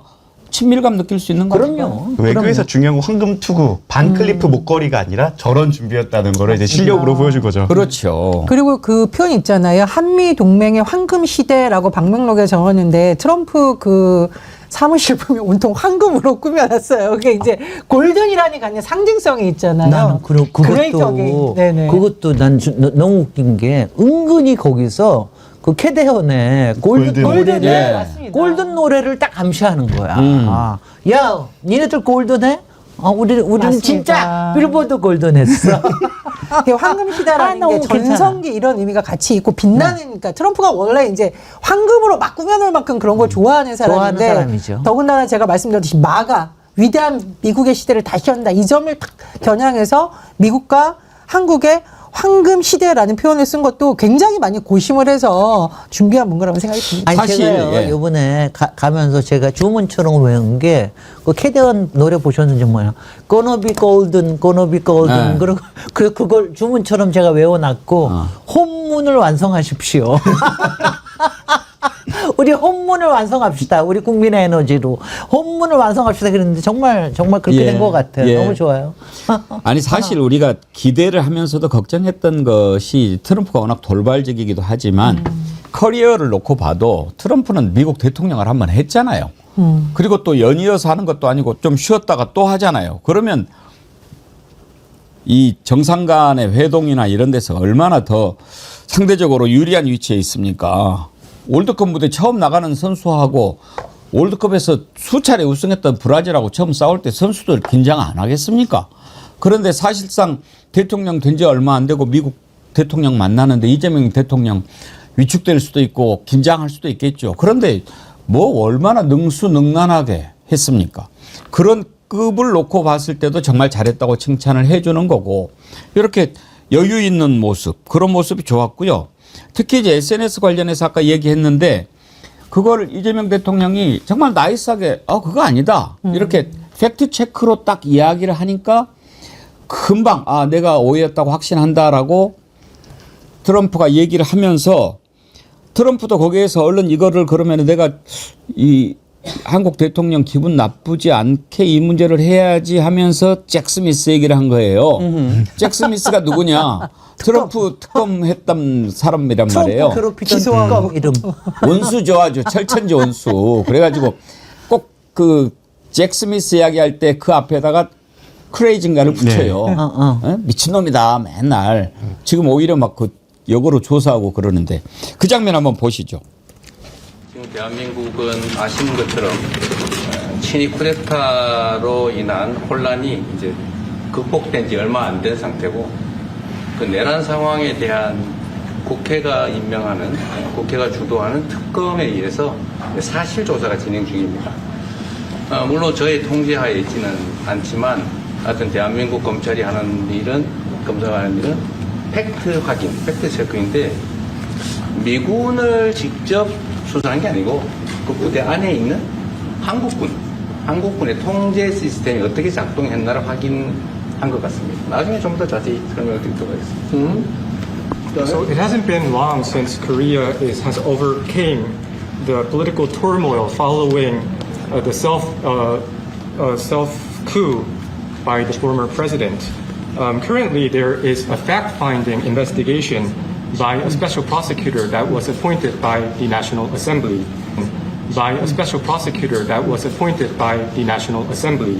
And this special prosecutor... Is his name deranged Jack Smith by any chance? They took him from our country. They put deranged Jack. He's a deranged, sick individual. But go ahead. Go ahead, please. I'm only kidding. Maybe I'm not. I'm sure it's. I am sure it's a misunderstanding, but you know there is a rumor going around about churches raiding churches. So we'll talk. I'm sure that's going to be worked out fine. Yeah, please. 예, I'm sure it's misunderstood. 저렇게 설명을 딱 하고 이렇게 가니까 트럼프도 곧바로 이제 농담으로 그것을 누그러뜨리고 그런 거 아닙니까? 그렇습니다. 근데요, 우리 한국 분들이 많이 그 색 인디비주얼을 누구로 생각하시느냐 하면 윤석열로 생각을 그분이죠. 특별검사 중 하나였죠. 저도 그 말씀을 드리려고 했는데. 아니, 제 글에 제가 오늘 아침에 그걸 띄웠는데 거기에다가 막 저기 했는데 윤석열을 색 인디비주얼이라고 해서 기분이 너무 좋아요. 막 이런. 그건 아닙니다. 잭 스미스. 누가 가서 트럼프를 저렇게 상대할 수 있었겠습니까? 정말 저걸 보면서 안도하는 우리 국민들이 참 많았겠지요. 윤석열이 갔으면 어떻게 했을까? 참 그런 생각도 들고요. 외신들의 반응을 한번 보죠. 워싱턴 포스트. 트럼프 대통령이 한국과 거래를 중단할 수 있다고 위협한 뒤에 회담을 했지만 긴장감을 피했다. 이 대통령이 백악관 집무실 리모델링과 전 세계 평화 중재 노력 등에 대해 칭찬하면서 트럼프 대통령을 웃게 했다. 이렇게 전했고요. BBC는 한국 대표단은 자신들이 지뢰밭이나 함정에 빠진 것이 아닌지 의심했을 것이다. 그렇지만 한미 정상회담에서 트럼프 측의 매복 공격은 없었다. 트럼프가 꼭 그렇게 앰부시 한단 말이에요. 그냥 매복했다가 확 잡아채는 거. 근데 젤렌스키나 라마포사 남아공 대통령이 올해 초 경험했던 것처럼 많은 정상들은 백악관에 들어설 때 어떤 일이 일어날지 확신하지 못했지만 이 대통령은 그런 운명을 피했다. 저건 운명을 피했다가 아니고 개척한 거지요. 로이터 통신 여기 역시 젤렌스키나 라마포사 상황을 상기하면서 이 대통령은 트럼프를 방문하는 외국 정상들이 사용해온 익숙한 전략을 활용해서 골프 이야기를 하고 집무실 인테리어 평화 중재 능력을 칭찬했다라고 전했습니다. 블룸버그는 이는 트럼프 대통령을 매료시키려는 이 대통령의 노력이 결실을 맺었다는 신호였다. 이렇게 전했습니다. 이걸 보면 전혜원 원장님. 그냥 입에 발린 칭찬, 아첨 이런 걸로는 트럼프를 움직이지 못한다 하는 것이 가장 중요한 거다는 것을 이재명 대통령이 간파했다. 이렇게 봐야 되지 않겠습니까? 그렇습니다. 그리고 트럼프 대통령은 사실 비즈니스맨 출신입니다. 그렇기 때문에 철저하게 본인이 얻어낼 것에 대해서 협상 전략을 세웠는데 제가 보기에 이재명 대통령 그에 못지않게 아주 실용주의적 관점으로 상대를 어떻게 설득할 건지 정말 준비를 잘해서 이런 좋은 성과를 얻었다고 생각하는데요. 워싱턴 포스트가 어떻게 평가를 했냐. 한미 정상 간의 라포가 형성됐다라고 합니다. 이 라포라는 것은 신뢰보다도 더 우리가 얘기할 때 정서적 친밀감을 얘기하는 거거든요. 그만큼 한미 동맹도 더 강화될 것이고 굉장히 우려했던 정치 경제의 불안정한 요소가 해소가 됐다 저는 이렇게 평가를 합니다.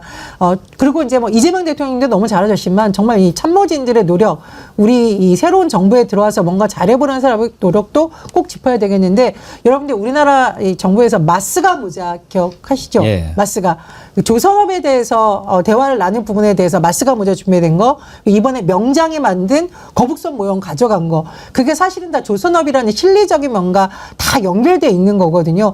얼마나 이 한미 정상회담을 국익의 관점에서 성공시키기 위해서 이재명 대통령과 참모진들이 정말 밤잠 못 자가면서 이빨 흔들려가면서 준비했는지를 보여주는 장면이고 정말 이 순간만큼은 모든 국민들이 박수를 크게 한번 줘도 좋겠다 이런 그리고요. 저도 꼭 하나 저거 하고 싶은 게 나는 그게 너무 신나더라고. 막 내가 보면서 막 신나서.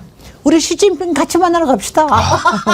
맞아요. 같이 가자고. 이제 같이 가자고. 이제 누가 중국 부모이고 누가 반중 어쩌고 저쩌고 누가 오늘 반중이지? 시진핑 같이 만나러 가자는데 트럼프가 얼마나 신나요. 그러니까 야, 이재명 정말. 대통령이 또 그러자고 그랬는데 아까도 말씀드렸지만 만약에 저 같으면 생각해보고 그랬을 것 같은데요. 최혜병 특검이 트럼프가 그 얘기까지 하니까 입장을 밝혔네요. 교회 압수수색과 관련해서 이것은 수사상 필요해서 진행한 것이고 법적 절차를 어긴 사실이 없다. 그러면서 뭐 트럼프가 얘기한 것에 대해서는 뭐 대답할 내용은 아니다. 이렇게 이야기를 했네요. 오늘 2부에서요. 조국혁신당의 김준형 의원님은 완전히 외교연구원장도 하시고 한동대에서 교수도 하시고 전문가 아닙니까? 오늘 우리가 이제 1부에서는 분위기 위주로 살펴봤는데 주요 내용이라든지 이런 것과 관련해서 좀 자세히 짚어보도록 하겠습니다. 그리고 그거 좀 한번 알아봐 주세요. 예. 저는 그 페이스메이커 누구 작품인지가 궁금해요. 누가 분명히 그걸 해가지고 했을 건데 그 왜 강경화 미 대사님이 내정자께서 그 뒤에 서 있으시면서 계속 이제 이렇게 저렇게 하시는데 그럴 수도. 상당히 이게 소프트한 저기 하면서 라이밍을 한 거 보니까 그거 굉장히 좋은 전략이거든요. 강경화 주미대사 내정도 저는 신의 한 수 같아요. 아 그럼요. 그 영어를 잘하기도 하지만 트럼프를 겪어봤잖아요. 겪어본 사람이죠. 그러니까 얼마나 그럼요. 역할을 잘하겠어요. 네. 그래서 굉장히 그래서 저는 그게 분명히 누구 작품일 거예요. 예. 그렇게 해서 얘기했을 텐데 아주 좋았어요. 잘했어요. 네. 근데 그거 가지고 공격하는 사람도 있더라고요. 예, 아까 이시바 만난 거 봐도 그만 안 봐도 그만인데 준비했다고 그러니까 한번 봐보실래요? 네네. 예.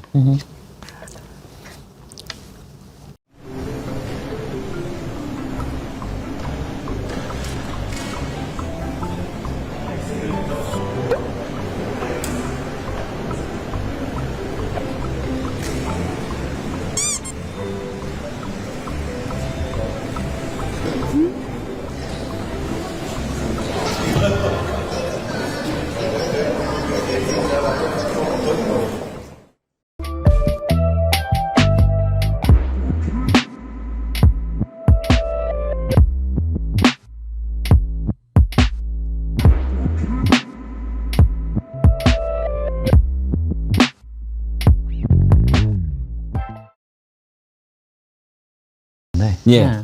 저희 이제 그 앞에서 이시바 총리가 기다리고 있는데도 침착하게. 그러니까 저걸 어떻게 봐야 할지는 뭐 좀 생각해 봐야겠죠. 저게 뭔지 아세요? 네. 저게 바로 페이스메이커입니다. 자기 페이스대로 가는 거예요. 그리고 누가 협상의 우위를 갖고 있는지를 보여주는 장면이기도 하고 그리고 저기서 차로 좀 잘 유심히 살펴보시면 일본에 있을 때는 그냥 마이바흐 차를 예. 타고 갔는데 미국에서는 또 그거를 생각을 해서 미국산 차로 바꿔서 갔다고 하더라고요. 그런 디테일이 바로 실력을 보여줬다. 그 여러분들이 얘기하시는 자꾸 페이스메이커 그러시고 아니거든요. 페이스메이커거든요. 저는 듣고 있을 때마다 페이스니까 같이 발걸음, 보조를 맞추는 속 보조를 맞추는 건데. 정확히는 이제 페이스메이커는 네. 보조를 맞춰주는 것보다도 네. 마라톤을 옆에서 할 마라톤 때 할 때 이 사람이 우승을 할 수 있도록 있도록 옆에서 뛰는, 계속 같이 뛰는 띄워주는 사람. 거예요. 그게 뭐냐면 너무 빨리 가지도 않고 네. 너무 천천히 가지도 네. 않고 이거를 맞춰주는 해주는 거죠, 거예요. 보조를. 맞춰주는 거거든요. 그러면서 어느 정도 딱 지났다 하면 이제 자기는 빠지는 건데. 그렇게 그러니까 이제 이 예. 사람은 침착하게 전체를 읽는 사람이 되는 예. 거예요. 그러면서도 페이스메이커가. 그 공은 그러면서. 그분이 가져갈 수 있게 네. 도와주겠다라는 내용까지 그게 담겨 있죠. 굉장히 그래서 자기 페이스대로 간다라고 하는 게 굉장히 중요한데 지금 보세요. 이시바도 이제 말려들었어. 이재명의 페이스에 말려들고 그렇죠. 조금 있으면 이제 트럼프도 살살 말려들고 있는 것 같아요. 페이스메이커가 메달도 따요. 그럼요. 사실은 송기정 선수가 금메달 딸 때 남승용 선수가 동메달을 했거든요. 네네. 남승용 선수가 페이스메이커였어요. 네네. 거기 같이 뛰어다가 동메달까지 따는 네네. 거죠. 네네. 예. 오늘을 정리하자면 너네 당 대표 장동혁, 우리 대통령 이재명. 오! 멋있다. 저기 정구승 변호사님 8080 디퓨저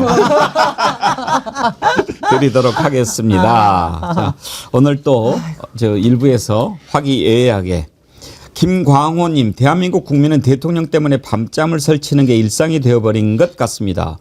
윤석열 해외 순방 때는 또 무슨 사고치나 노심초사, 이재명 대통령은 또 무슨 기분 좋은 일이 있을까 하는 기대감으로 밤잠을 설치는 것 같네요. 기분 좋은 피곤함으로 오늘 하루를 보내고 있습니다. 기분 좋은 피곤함. 이재명 보유국 민주시민 김광호. 다들 너무 웅장해지셨어 가슴이. 예. 김광호님 슈퍼챗도 함께 보내주셨는데 감사드리고요. 조서희님, 잼며들었다. 잼며들었다. 잼프한테 스며들었다 이런 뜻이겠죠? 네. 좋습니다. 아주 멋진 글들 많이 보내주셔서 감사하고요. 겔오치님도 스마트한 이재명 대통령의 스마트한 국민들이 합쳐진 스마트한 위대한 대한민국 세계로 뻗어가지야 하시면서 슈퍼챗 보내주셨습니다. 예, 여러분들 감사드립니다. DOU6402님도 슈퍼챗 보내셨네요. 트럼프가 없는 동안 한반도 위기였다. 바이든 까게 해줘서 트럼프 진짜 좋아함. 무무님 안녕하세요 백선생님 그리고 우리 정의련 동지님들 기분 좋은 날입니다. 밤잠을 설쳤습니다. 이 대통령님 만세 하셨습니다. 예. 자 오늘 함께해 주신 스마트한 패널 김진애 의원님 전현 원장님 정구승 변호사님 다음 주에 뵙겠습니다. 감사합니다. 예, 1부에서 한미정상회담 분위기를 좀 살펴봤는데요. 2부에서는 좀 더 깊이 들어가서 한번 성과를 살펴보도록 하겠습니다. 국립외교원 원장을 지내셨죠. 김준영 조국혁신당 의원님 모셨습니다. 네. 어서 오십시오. 네, 안녕하십니까. 반갑습니다. 일단 뭐 우리 정부는 네. 뭐 감히 성공적인 회담이었다고 평가하겠다라고 하고 자평을 했고요. 네. 또 외신들도 보면 전체적으로 뭐 좋은 평가를 하는데 의원님께서는 한미정상회담 어떻게? 제가 관세 협상 때도 똑같은 말을 했는데요. 어려운 환경에서 선방했다라고 한 건데요. 최악은 피했다인데 이게 아니 우리가 성과를 얻어야지 선방했다고 뭐가 좋은 거냐 생각할 때 지금 상황은 거의 미국은 지금 약탈자 정도. 그렇죠. 거의 뭐 예. 불량배처럼 들이미는 상황이기 예. 때문에 일단 견디고 왜냐하면 우리가 어찌됐든 미국한테 의존하는 그러니까 그동안의 깊은 관계는 한쪽에서 배신을 하면 가장 취약한 존재가 됩니다. 특히 우리가 안보 경제 미국에 상당히 의존하고 있는 상황에서 트럼프라는 방식으로 오히려 동맹과 우방국을 미국을 괴롭히는 존재로 묘사하고 이제 약탈적으로 접근하니까 이 일종의 태풍은 일단 살아남고 봐야 된다. 예. 어떻게 보면 굴욕적일 수도 있지만 그런 점에서 선방했다. 왜냐하면 미국이 지금 제가 알기로는 협상에서 엄청나게 압박을 해왔던 것에 비하면 그리고 우리가 어제 밤에 받았던 그 트럼프의 그 SNS 글 같은 걸 생각하면 최악의 그 상황은 막았다 이렇게 할 수 있을 것 같습니다. 예. 지금 전반적으로 성공했다 이런 분위기가 좀 있는데 의원님 말씀은 선방 정도. 네. 아직은 좀 긴장하시는 것 같습니다. 왜냐하면 지금 계속 비서실장하고 비서실장끼리 회담도 하고 있고 지금 안보실장끼리 회담도 하고 있는 것 같아요.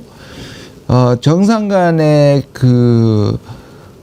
공동성명이나 합의문은 없지만 그러나 내부적에서 우리가 그 밑에서 실무진에서 합의문 같은 것들이 나왔을 때 여전히 이제 미국이 우리한테 원하는 것들이 아직 해결된 건 아니잖아요. 그러니까 우리가 이제 미국에서 딱딱딱 더 이상 요구하지 않겠다 이런 게 아니고 계속 지금 이어지기 때문에 끝난 문제가 아니기 때문에 우려를 하는 겁니다. 그러면 되게 이제 회담 평가를 할 때 성공, 실패 또는 뭐 선방이라면 네, 2분 네. 뭐 이렇게 놓고 보면 그 중간이라고 보시는 겁니까? 선방이면 그냥 비긴 것보다는 지금 우리가 기대했던 것보다는 또는 우려했던 것보다는 조금 플러스 쪽이라고 볼 수 있겠죠. 긍정적이라고 좀 봅니다. 플러스 쪽이다. 예. 그래서 낙관하는 것은 아니다. 왜냐하면 지금 미국의 방식이 그러니까요. 왜냐하면 이제 우리가 가기 전에 지난번에 관세 협상 타결을 하기는 했지만 또 이번에 뭐 농산물 개방 얘기가 나오지나 않을까. 거기에다가 또 주한 미군 감축 얘기가 나오지 않을까. 그러면서 또 압박하지 않을까. 이런 것을 걱정을 했기 때문에. 근데 그런 건 안 나왔다고 그러잖아요. 예, 그렇죠. 근데 직전까지는 이제 트럼프 방식이 이런 겁니다. 트럼프와 장관들의 생각이 조금 다르고요. 특히 지금 지난번에는 관세였고 이번에는 안보 쪽이 아닙니까? 경제와 이번에는 안보였고 이 안보를 담당하는 사람이 루비오였습니다. 예. 그렇죠? 루비오는 모자를 2개 쓰고 있죠. 안보실장하고 국무장관. 우리 같으면 외교장관 조현 외교장관이 상대고 예. 그다음에 위성락 안보실장이 그러니까 2개의 직책을 수행하고 있습니다. 제가 알기로도 이분이 이제 모든 협상을 관장했습니다. 근데 제가 전에 듣기로는 그 과정이 매우 어려웠고 그 중간에 조현 외교장관이 갔던 것도 총력전이고 또 강훈식 비서실장 가는 것도 총력전이라며 그다음 또 대통령이 기내 기자회견에서 어렵다고 말씀을 하셨잖아요. 그러니까 트럼프 방식은 실무자에서 이렇게 강하게 해놓고 나중에 트럼프가 이거를 추인하거나 또는 바꾸거나 하는 거거든요. 그런 점에서 제가 성공이라고 보는 거는 만약에 그렇게 이 루비오가 하던 방식을 더 증폭시켜서 마치 젤렌스키나 그런 사람들에게 했던 것을 막았다는 것이고 그러나 여전히 실무자들이 트럼프가 그건 잘해서 하는 부분들이 향후에 어떻게 결론 지을 때 뜻은 아직까지 좀 지켜봐야 된다는 입장인 겁니다. 그러면 이번에 트럼프가 한미 정상회담에서 주한미군 감축이나 농산물 얘기를 꺼내지 않은 이유가 뭘까요? 그거는 이제 트럼프가 평소에 된 것처럼 앞에서 굴복시키는 게 아니고 이번에는 이 부분이 분위기 좋은 걸 그대로 이어갔고요. 어차피 공동성명이나 남은 부분을 정상끼리 안 한다면 역시 이것도 앞에도 실무진이었지만 뒤에 이 문제도 실무진에 넘겼다는 기분이 듭니다. 근데 거기에서 이 좋은 분위기에서 트럼프가 이제 우리 얘기를 들었고 대통령의 얘기를 들었으니 실무한테 이 정도면 됐다라고 해주는 것이 가장 좋은 시나리오죠. 앞에 분위기는 생까고 막말로 더 몰아붙여 이럴 가능성도 얼마든지 있으니 제가 우려를 하는 겁니다. 우리가 이제 안보 청구서라고 얘기하지 않습니까? 주한미군 감축이라든지 방위비 증액이라든지 이런 부분들에 대한 것. 그러면 앞으로도 다른 형태로 뭔가가 올 거라고 보십니까? 지금 막 속보가 떴는데요. 위성락 이제 동맹 현대화에 대해서 우리가 조율 중이고 뭔가 접근을 이뤘다는 게 지금 속보로 제가 지금 방금 들어오기 직전에 봤는데요. 이 안보 말은 좋잖아요. 동맹 현대화라는 게. 누가 반대하겠어요. 동맹 현대화시키. 그런데 한국과 미국의 시간 좀 달라요. 미국은 현대화시켜서 대중 견제를 위한 천명으로 만들고 싶은 게 미국의 전략가들 또는 군부의 생각입니다. 근데 우리로서는 이 전체적으로 현대화되어서 전력이 상승하는 건 좋은데 이걸 빼서 중국을 견제하는 거로 한다면 우리는 중국과의 분쟁에 미중 분쟁에 우리가 끌려 들어가게 되는 결과가 있으니까 대통령도 그 기내 기자회견에서 전략적 유연성이라고 얘기하는 것은 아무리 미군이라도 이 미군이 중국을 상대한다면 우리는 끌려들 수밖에 없다. 이걸 우리가 양보할 수 없다거든요. 저도 누누이 얘기하지만 이 부분을 우리가 포기할 수 없고요. 특히 우리가 전작권이 없잖아요. 그리고 지금 전작권을 안 준다는 거 아니에요. 그러면 전작권 없는 상태에서 미국이 중국과 분쟁이 생겼을 때 우리는 방법이 없습니다. 그러니까 이 부분에 대해서 우리의 레드라인을 확실하게 밝혀놓는 게 필요한데 그래서 그 동맹 현대화가 미국이 생각하는 전략적 유연성이라는 부분에서 우리가 양보하지 않는 합의문을 이끌어내야 된다. 이게 제일 관건이라고 생각합니다. 그러면 뭐 앞으로 추가적으로 그런 요구가 들어올 가능성은 여전히 있습니까? 남아있다고 저는 생각합니다. 이번 회담 끝나고 나서 네네. 그런 문제는 어느 선에서 타결을 지을 수 있을까요? 한미 정상회담을 또 해야 될까요? 필요하다면 해야 되겠지만 저는 이 부분에 대해서 대통령이 분명히 그 부분을 수용할 수 없다고 얘기를 했고 지금 일본도 마찬가지거든요. 뭐 이시바 정부가 살아남을지는 두고 봐야 하지만 그쪽에서도 우리가 중국하고 전쟁할 수는 없다는 게 이시바 정권의 생각이란 말이에요. 예. 그렇다면 제가 그래서 그 얘기를 자주 하는데요. 지난번에 트럼프도 이 얘기 또 이번에 또 했죠. 이란을 핵시설 공격할 때 미국에서 37시간 공중급유해 가면서 가서 때렸습니다. 왜냐하면 카타르에 중동 최대의 미군 공군기지가 있어요. 거기서 출발해서 때릴 수도 있었습니다. 근데 카타르가 거절한 겁니다. 아무리 미군이라도 여기서 발진하면 우리와 이란이 전쟁해야 된다. 그렇죠. 그래서 거절했거든요. 우리도 마찬가지입니다. 주한미군이라고 하더라도 만약 여기서 발진해서 대만을 때린다든지 대만 또는 중국을 때린다면 그건 우리가 한미 상호방어적의 범위를 넘는 거니까 그분은 안 된다고 얘기를 해야 되는 겁니다. 그리고 장기적으로 전작권을 가져와야 한미 동맹이 같이 이렇게 대북 억지력을 올리는 것에서는 얼마든지 찬성합니다. 그리고 현대화가 되어야 됩니다. 왜냐하면 여기 있는 주한미군은 상당히 낙후된 주한미군입니다. 왜냐하면 보병 위주거든요. 옛날식 군대 위주거든요. 그렇게 보면 현대전이라는 것은 해군과 공군 위주로 바뀌어야 된다면 저는 이 부분에 대해서 한미가 이 주한미군을 현대화하는 것에 대해서는 합의할 수 있지만 어디까지냐가 분명히 울타리가 쳐져야 된다. 그렇게 생각합니다. 한미 정상회담 얘기하는데 잠깐 옆에 좀 갔다 오겠습니다. 네네. 이번에 한미 정상회담 하는 동안에 박병석 의장 특사단이 네. 중국에 가지 않았습니까? 네. 타이밍이 이재명 대통령이 트럼프 만나는 때 갔단 말입니다. 네. 일부러 그때를 잡은 거라고 보십니까? 저는 그렇게 봅니다. 특사는 벌써 얘기를 벌써 나왔고 예. 물론 일정 맞추다가 달라질 수 있는데 결국 계속 미국 쪽에 이것도 루비오입니다. 그 샹글릴라라는 안보대화에서 이제 한국이 안미 경중하는 건 안 된다. 그러니까 중국하고 인연 끊으라. 예. 라고 얘기했거든요. 그러면 그게 이제 중국, 특히 루비오는 반중 반북입니다. 그러니까 그렇게 보면 우리는 오늘도 얘기는 했지만 미국 때문에 중국과의 관계가 끌끄럽긴 하지만 우리가 완전히 단절할 수 없다는 얘기를 하잖아요. 저는 의도적으로 보냈다고 생각합니다. 루비오하고 볼튼하고 누가 더 강경합니까? 글쎄요. 거의 비슷합니까? 볼튼은 세계를 선악으로 네오콘은 선악으로 봅니다. 그러니까 중국, 러시아, 북한은 그냥 멸절할 때까지 싸워야 된다는 정도니까요. 그리고 실제로 그 북미 대화 때 그걸 망친 사람이 예.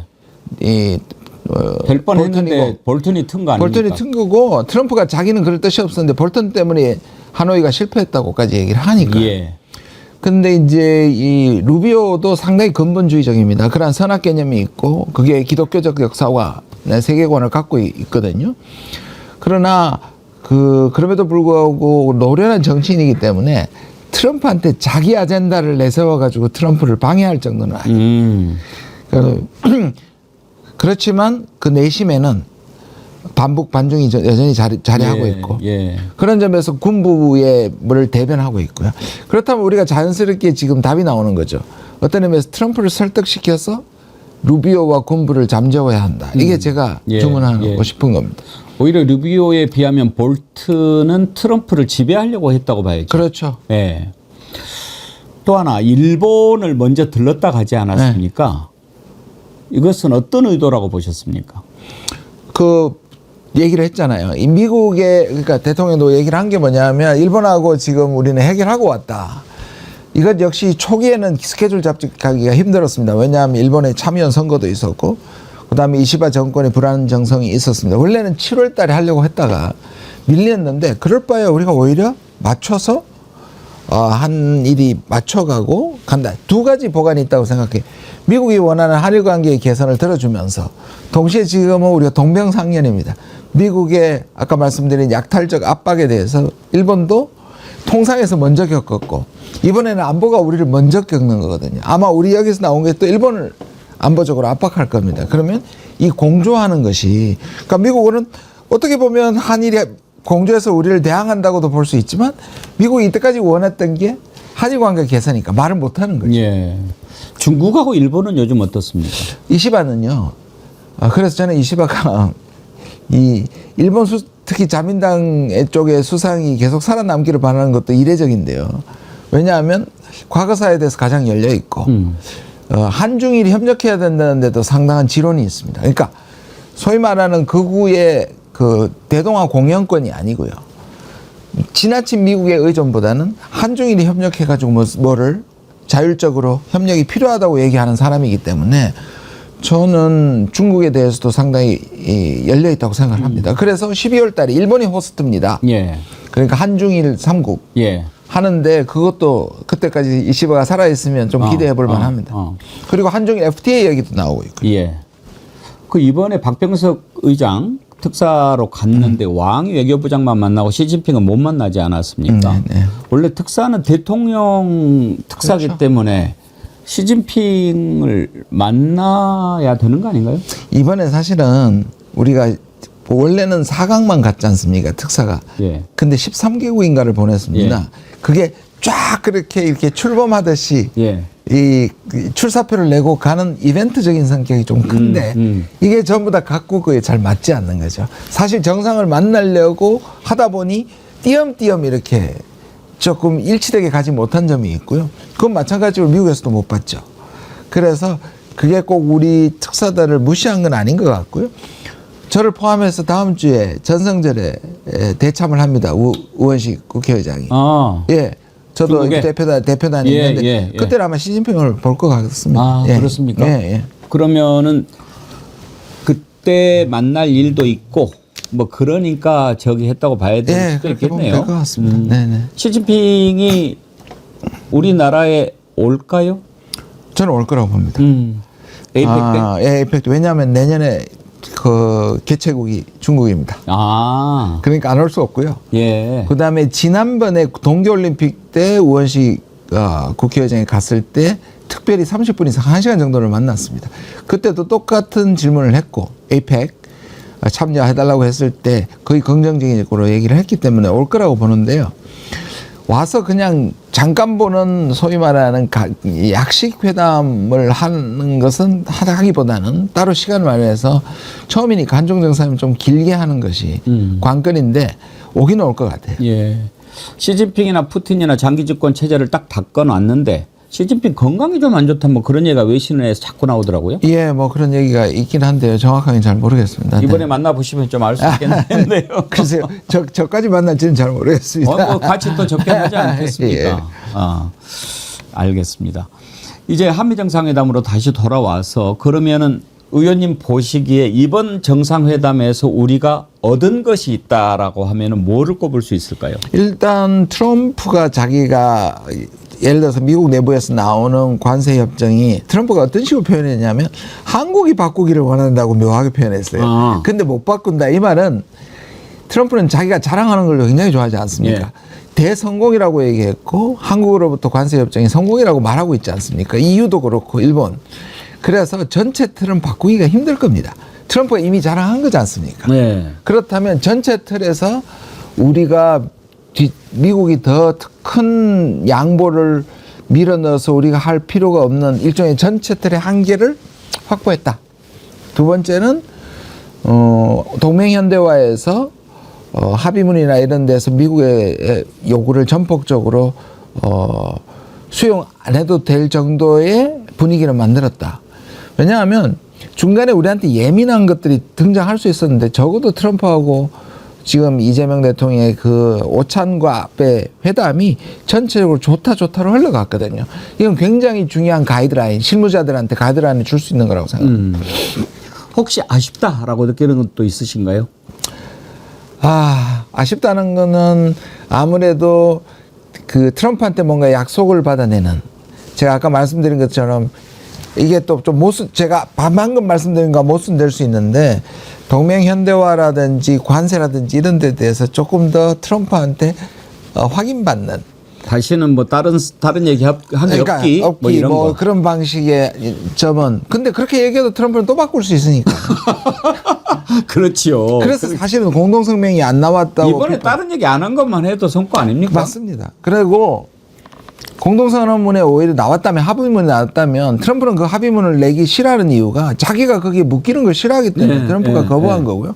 그럼 똑같이 우리도 안 묶이는 겁니다. 그런 점에서 먼저 선방했다고 생각합니다. 예. 알겠습니다.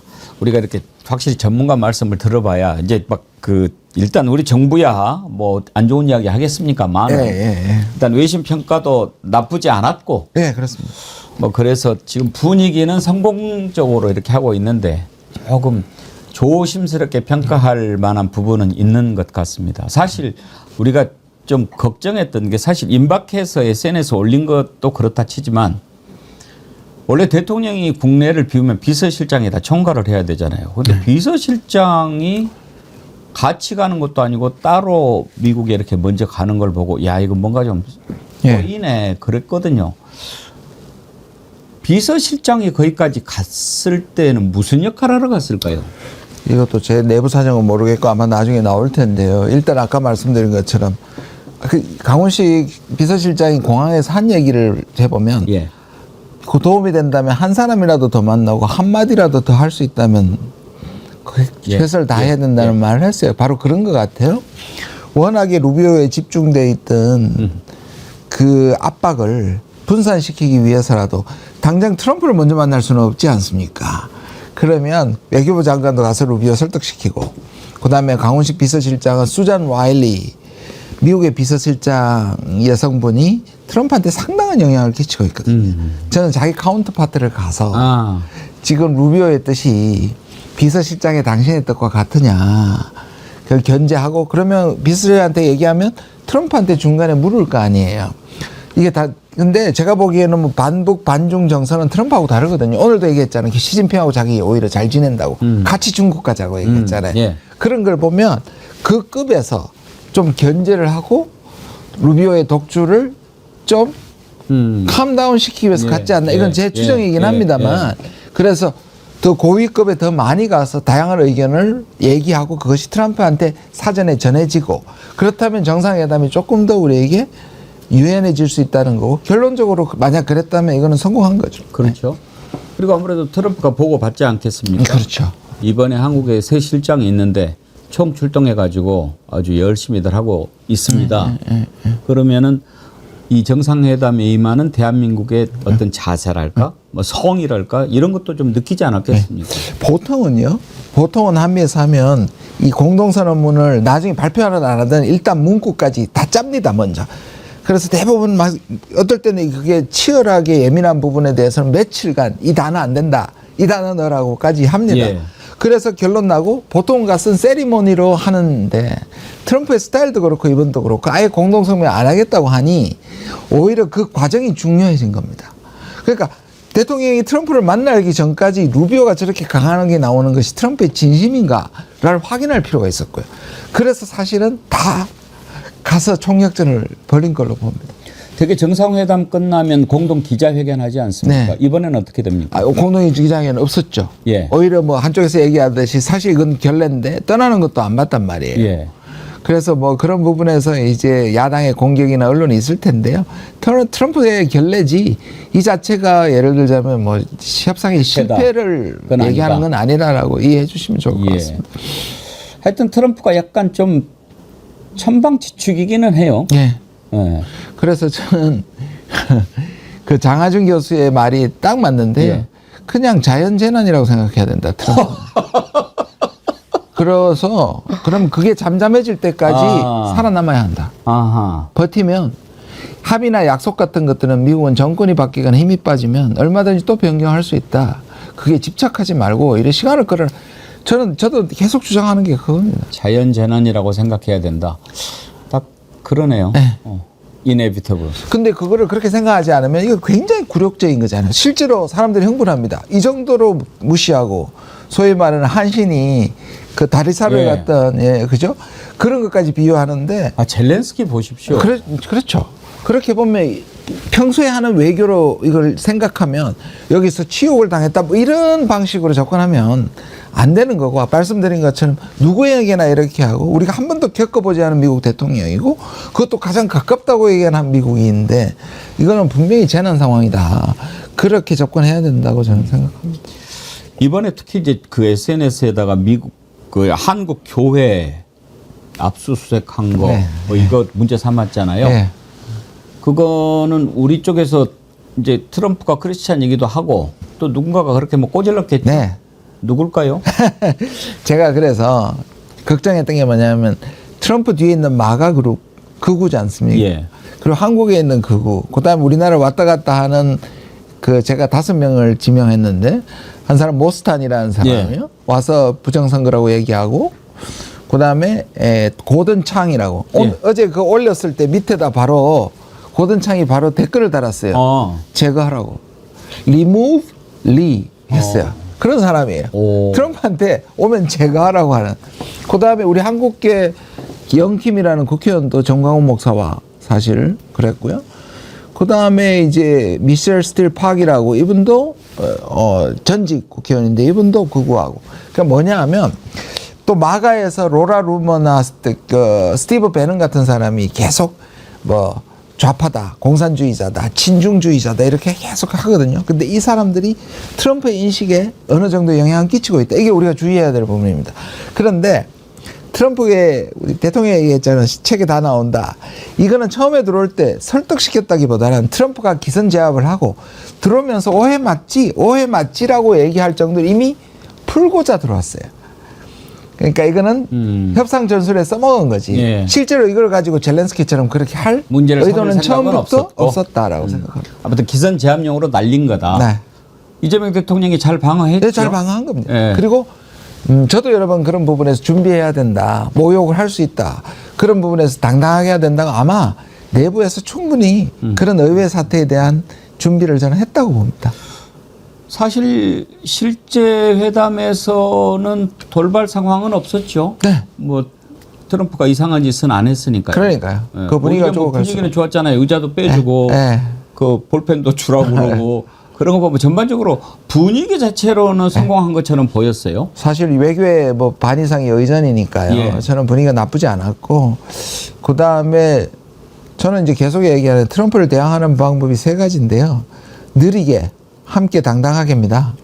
느리게는 트럼프는 끌면 끌수록 좋습니다. 그러니까 이렇게 압박을 일단 진정시키고 예를 들어서 우리가 지금 뭐 대한항공에서 100대를 산다고 하는데 100대 천천히 그 다 살 때까지 트럼프가 있나요? 없잖아요. 그러니까 국방비도 올린다고 해놓고 유럽은 그걸 10년 동안 하겠다. 그렇게 느리게 하면 됩니다. 예. 그래 상황을 함께 봐서. 그다음에 언젠가는 그리고 예. 함께는 뭐냐면 우리가 지금 비슷한 처지에 있는 자유주의 진영 국가들이 있습니다. 일본, 한국, 호주, 캐나다, 멕시코, EU 이런 국가들과 같이 행동해야 됩니다. 사실 일본이 너무 빨리 뚝을 터가지고 우리가 좀 불리했었잖아요. 관세 때. 혼자 먼저 15%를 치고 나가서. 근데 이후에도 좀 공조를 할 필요가 있고요. 서로 보조를 맞추고 이번에 한일 간의 보조를 맞춘 것처럼. 3번째는 그냥 당당하게 하면 됩니다. 왜냐하면 이 정부가 아무리 극우들이 공격해도 국민이 만들어놓고 국민이 회복시킨 민주주의이기 때문에 저는 미국에 당당해도 된다고 생각합니다. 느리게 함께 당당하게. 이 3가지 원칙은 의원님이 만드신 겁니까? 예, 맞습니다. 전반적으로는 뭐 이제 좀 한시름 났다. 한시름 났는데 끝나지는 않았다. 끝나지는 않았다.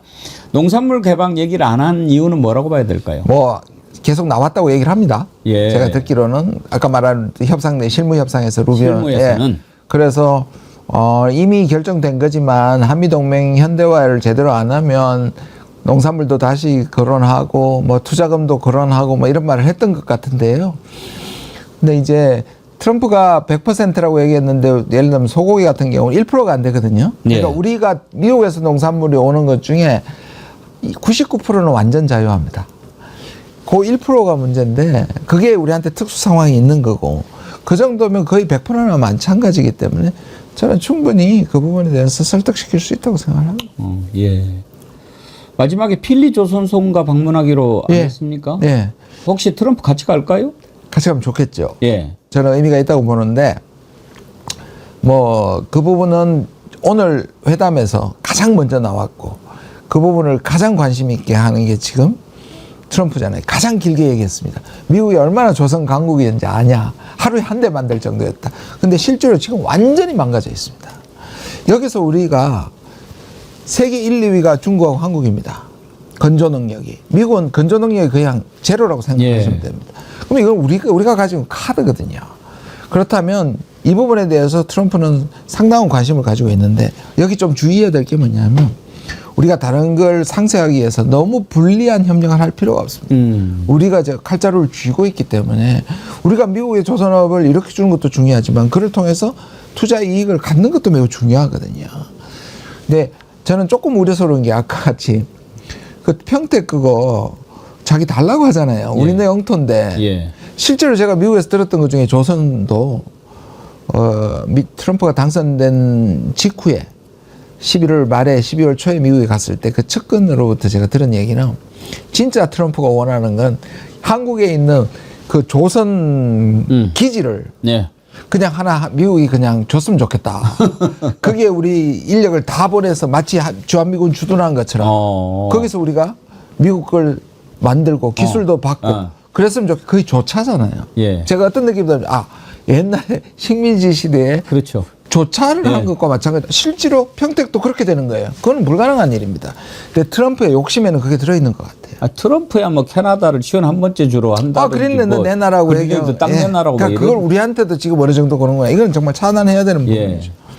그런데 이제 조선 선박 이것과 관련해 가지고 좀 비판적이랄까 신중한 쪽 입장에서는 결국은 우리 쪽의 일자리가 줄어들고 우리 기술과 노하우를 이렇게 뺏기는 그런 결과가 될 수도 있다 이런 우려도 합니다. 지금 모든 게 다 그렇습니다. 삼성은 안 그렇습니까? LG는 SK 반도체 다 그래요. 그러니까 이거를 지키면서 그러니까 문제는 뭐냐면 이거를 우리 기술을 지키면서 하면 우리가 많이 보내야 됩니다. 그러면 그만큼 경비가 올라가겠죠. 현지화를 많이 시키면 우리가 사실 많은 기술을 넘겨줘야 하고요. 그리고 말씀하신 것처럼 넘겨줘서 관세는 이겨내는데 고용은 여기서 안 되는 거거든요. 그러니까 말씀드린 것처럼 무엇이든 이것을 길게 끌면서 함부로 우리가 전적으로 미국의 말을 듣고 속도를 내고 그런 전적인 일방적인 양보를 해서는 안 된다. 여기서도 다시 느리게 천천히 우리가 가진 카드가 나쁘지 않다라고 말씀드리고 싶습니다. 알겠습니다. 한미 정상회담과 관련해서 궁금한 거 많이 여쭤봤는데 한미 정상회담과 관련해서요. 끝으로 이제 이재명 대통령 임기 이제 시작이 됐고 트럼프도 아직 많이 남지 않았습니까? 앞으로 두 대통령이 풀어가야 할 일들이 많이 있을 것 아니겠습니까? 우리가 좀 가장 신경을 써야 되는 것이 있다면 뭘까요? 말씀드린 것처럼 트럼프는 이제 내년까지가 사실 중간 선거까지가 가장 전성기입니다. 지금 사법부도 6대3으로 보수가 우위고 주지사도 공화당이 우위고 상하원이 다 우위입니다. 그게 미국에서는 그야말로 막강한 권력을 갖고 있는 거죠. 그때까지가 가장 고비인 거고요. 그게 내년 선거 결과에 따라 가지고 꺾일 수도 있고요. 미국은 임기가 2번이지만 사실상의 레임덕으로 빠질 수도 있습니다. 물론 변수는 있습니다. 트럼프가 지금 윤석열한테 배워가지고 무슨 비상조치라든지 지금 왜냐하면 대도시에 군대까지 풀고 있거든요. 그런 변수는 있지만 그때까지가 가장 고비다. 이 부분을 실용적으로 잘 넘어가야 된다. 이렇게 생각합니다. 트럼프가 대통령을 한 번 더 할 수도 있습니까? 미국 헌법상으로? 안 됩니다. 안 되는데 트럼프는 하고 싶다고 대놓고 하고 자꾸 간을 보고 있습니다. 안 됩니다. 연임이 아니고 2번밖에 못 합니다. 미국은 그렇습니까? 그러니까 뛰어서 하더라도 2번밖에 못 하더라도 뭐 또 뛰어서 하면은 된다고 뭐 또 그런 얘기를 하잖아요. 아닙니다. 그게 이제 러시아식인데요. 푸틴이 그랬죠. 근데 미국 헌법은 그렇지는 않습니다. 그럼 헌법 바꿔야 되고 아니면 아까 같이 비상조치를 해서 자기가 계속 연임하는 건데요. 나이도 많고요. 지금 뭐 치매설도 나오고 있거든요. 그러면 저는 본인은 그렇게 하기 힘들 텐데 공화당이 계속 집권하게 만드는 그런 집권 플랜은 하는 것 같아요. 어떻게 보면 예. 미국의 민주주의다는 한국의 민주화를 배우려고 하고 있어서 반 트럼프 시위에서 항상 태극기가 나와요. 미국에. 반대로 트럼프는 한국의 비상권을 이용해가지고 자기 권력을 계속 비민주적인 부분으로 몰고 가려는 두 가지 경향이 동시에 존재하는 것 같아요. 그래서 실제로 미국의 민주주의 옹호하는 사람들은 한국한테 배워야 된다고 계속 얘기를 하고 있습니다. 트럼프 임기의 북미 관계는 어떻게 될까요? 그게 이제 오늘 또 다른 부분 중에 많이 나왔던 부분이잖아요. 트럼프는 확실히 김정은과 북미 관계를 개선하기를 원하는 거고 그것이 자기 노벨상을 포함해 가지고 예. 자기 어젠다인데 북한이 2019년 하노이에서 뒤통수를 너무 세게 맞았기 때문에 일각에서 얘기하는 것처럼 또 오늘 얘기된 것처럼 그 에이펙에서 그런 급진전이 일어나긴 좀 힘들 것 같고요. 그러나 계속 저는 이 긴장 완화가 이루어지고 손을 내민다면 불가능한 얘기는 아니다라고 생각합니다.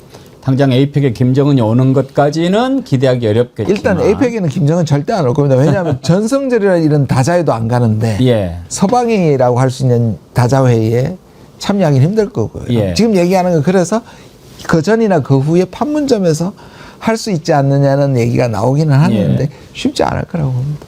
이번에 이재명 대통령이 피스메이커, 페이스메이커 얘기하지 않습니까? 네. 그 표현에 대해서는 어떻게 아주 적절했습니다. 그 누가 만들었을까요? 제가 피스메이커는 저도 이렇게 자문을 했습니다. 왜냐하면 트럼프는 약간 평화의 강박증이 있습니다.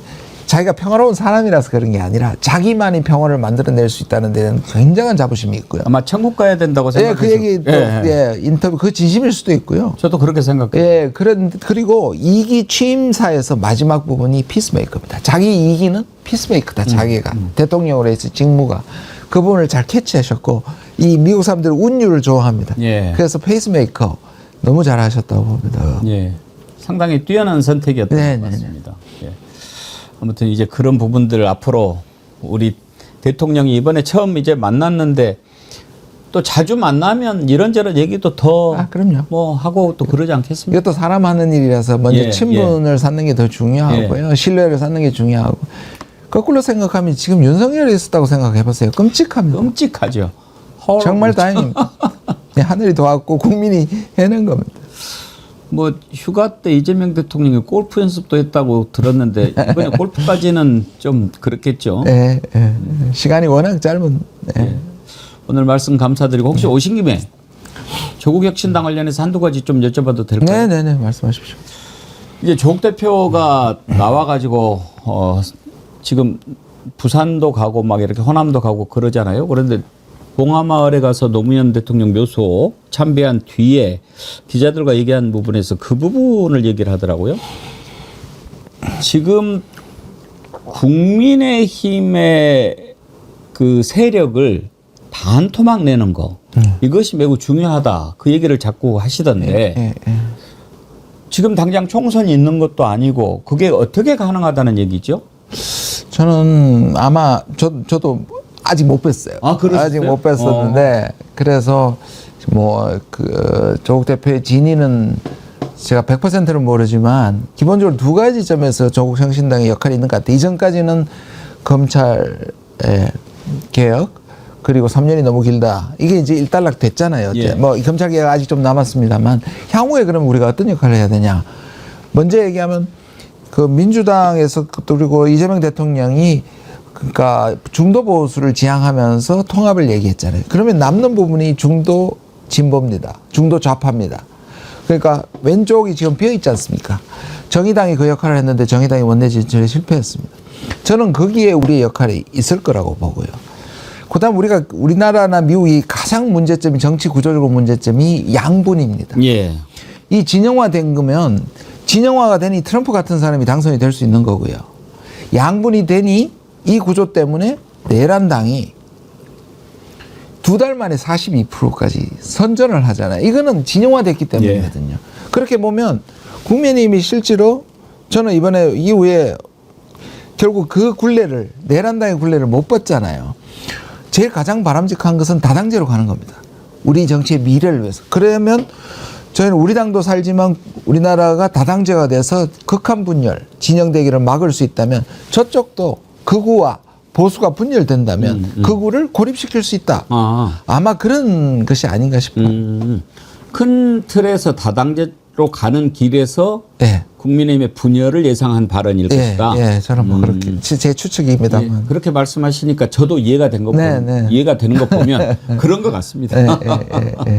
그러면 지금 이제 일부에서 막 그 민주당과 합당 얘기 나오지 않습니까? 예. 왜냐하면 어차피 한 편인데 이런 생각인 것 같습니다. 당내 분위기는 어떻습니까? 한 번도 그런 얘기를 된 적은 없고요.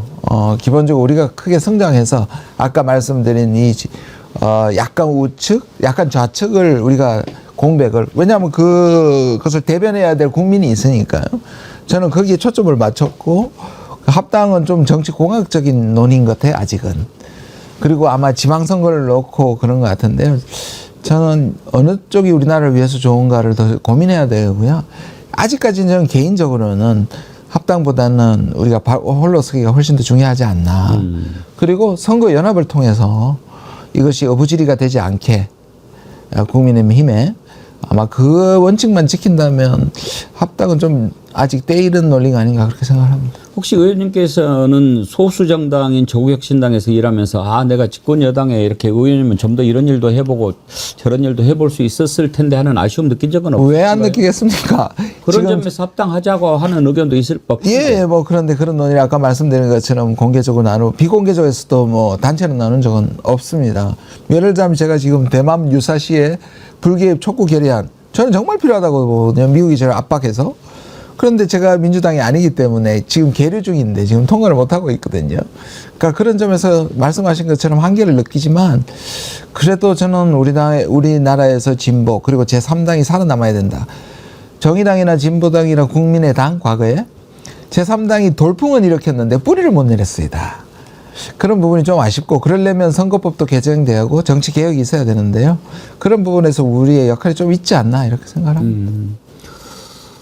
지금 조국 대표가 무슨 전략위원장인가? 예, 개혁. 저도 지금 이름을 잊어버렸네요. 뭔가 맡고 있죠? 예, 맡고 있습니다. 대표 혁신위원장을 맡고 있는 혁신정책연구원장입니다. 혁신정책연구원장. 예. 지금 대표는 권한대행입니까? 네, 그렇습니다. 그러면 전당대회 언제 합니까? 예, 전당대회를 한다고 선언했고요. 예. 그다음에 이제 최고위원회에서 결정을 해서 최고위원들하고 지금 권한대행의 임기를 축소하기로 당 투표까지 해서 이미 결정됐습니다. 이제 절차만 남아 있습니다. 근데 예. 이제 여러 가지를 고려했을 때 한 11월 정도가 되지 않을까 싶습니다. 의원님은 출마 안 하십니까? 저 아직 모르겠습니다. 조국 대표 출마하겠죠? 그렇죠. 예. 당연히. 예. 아무래도 당분간은 또 그런 게 알겠습니다.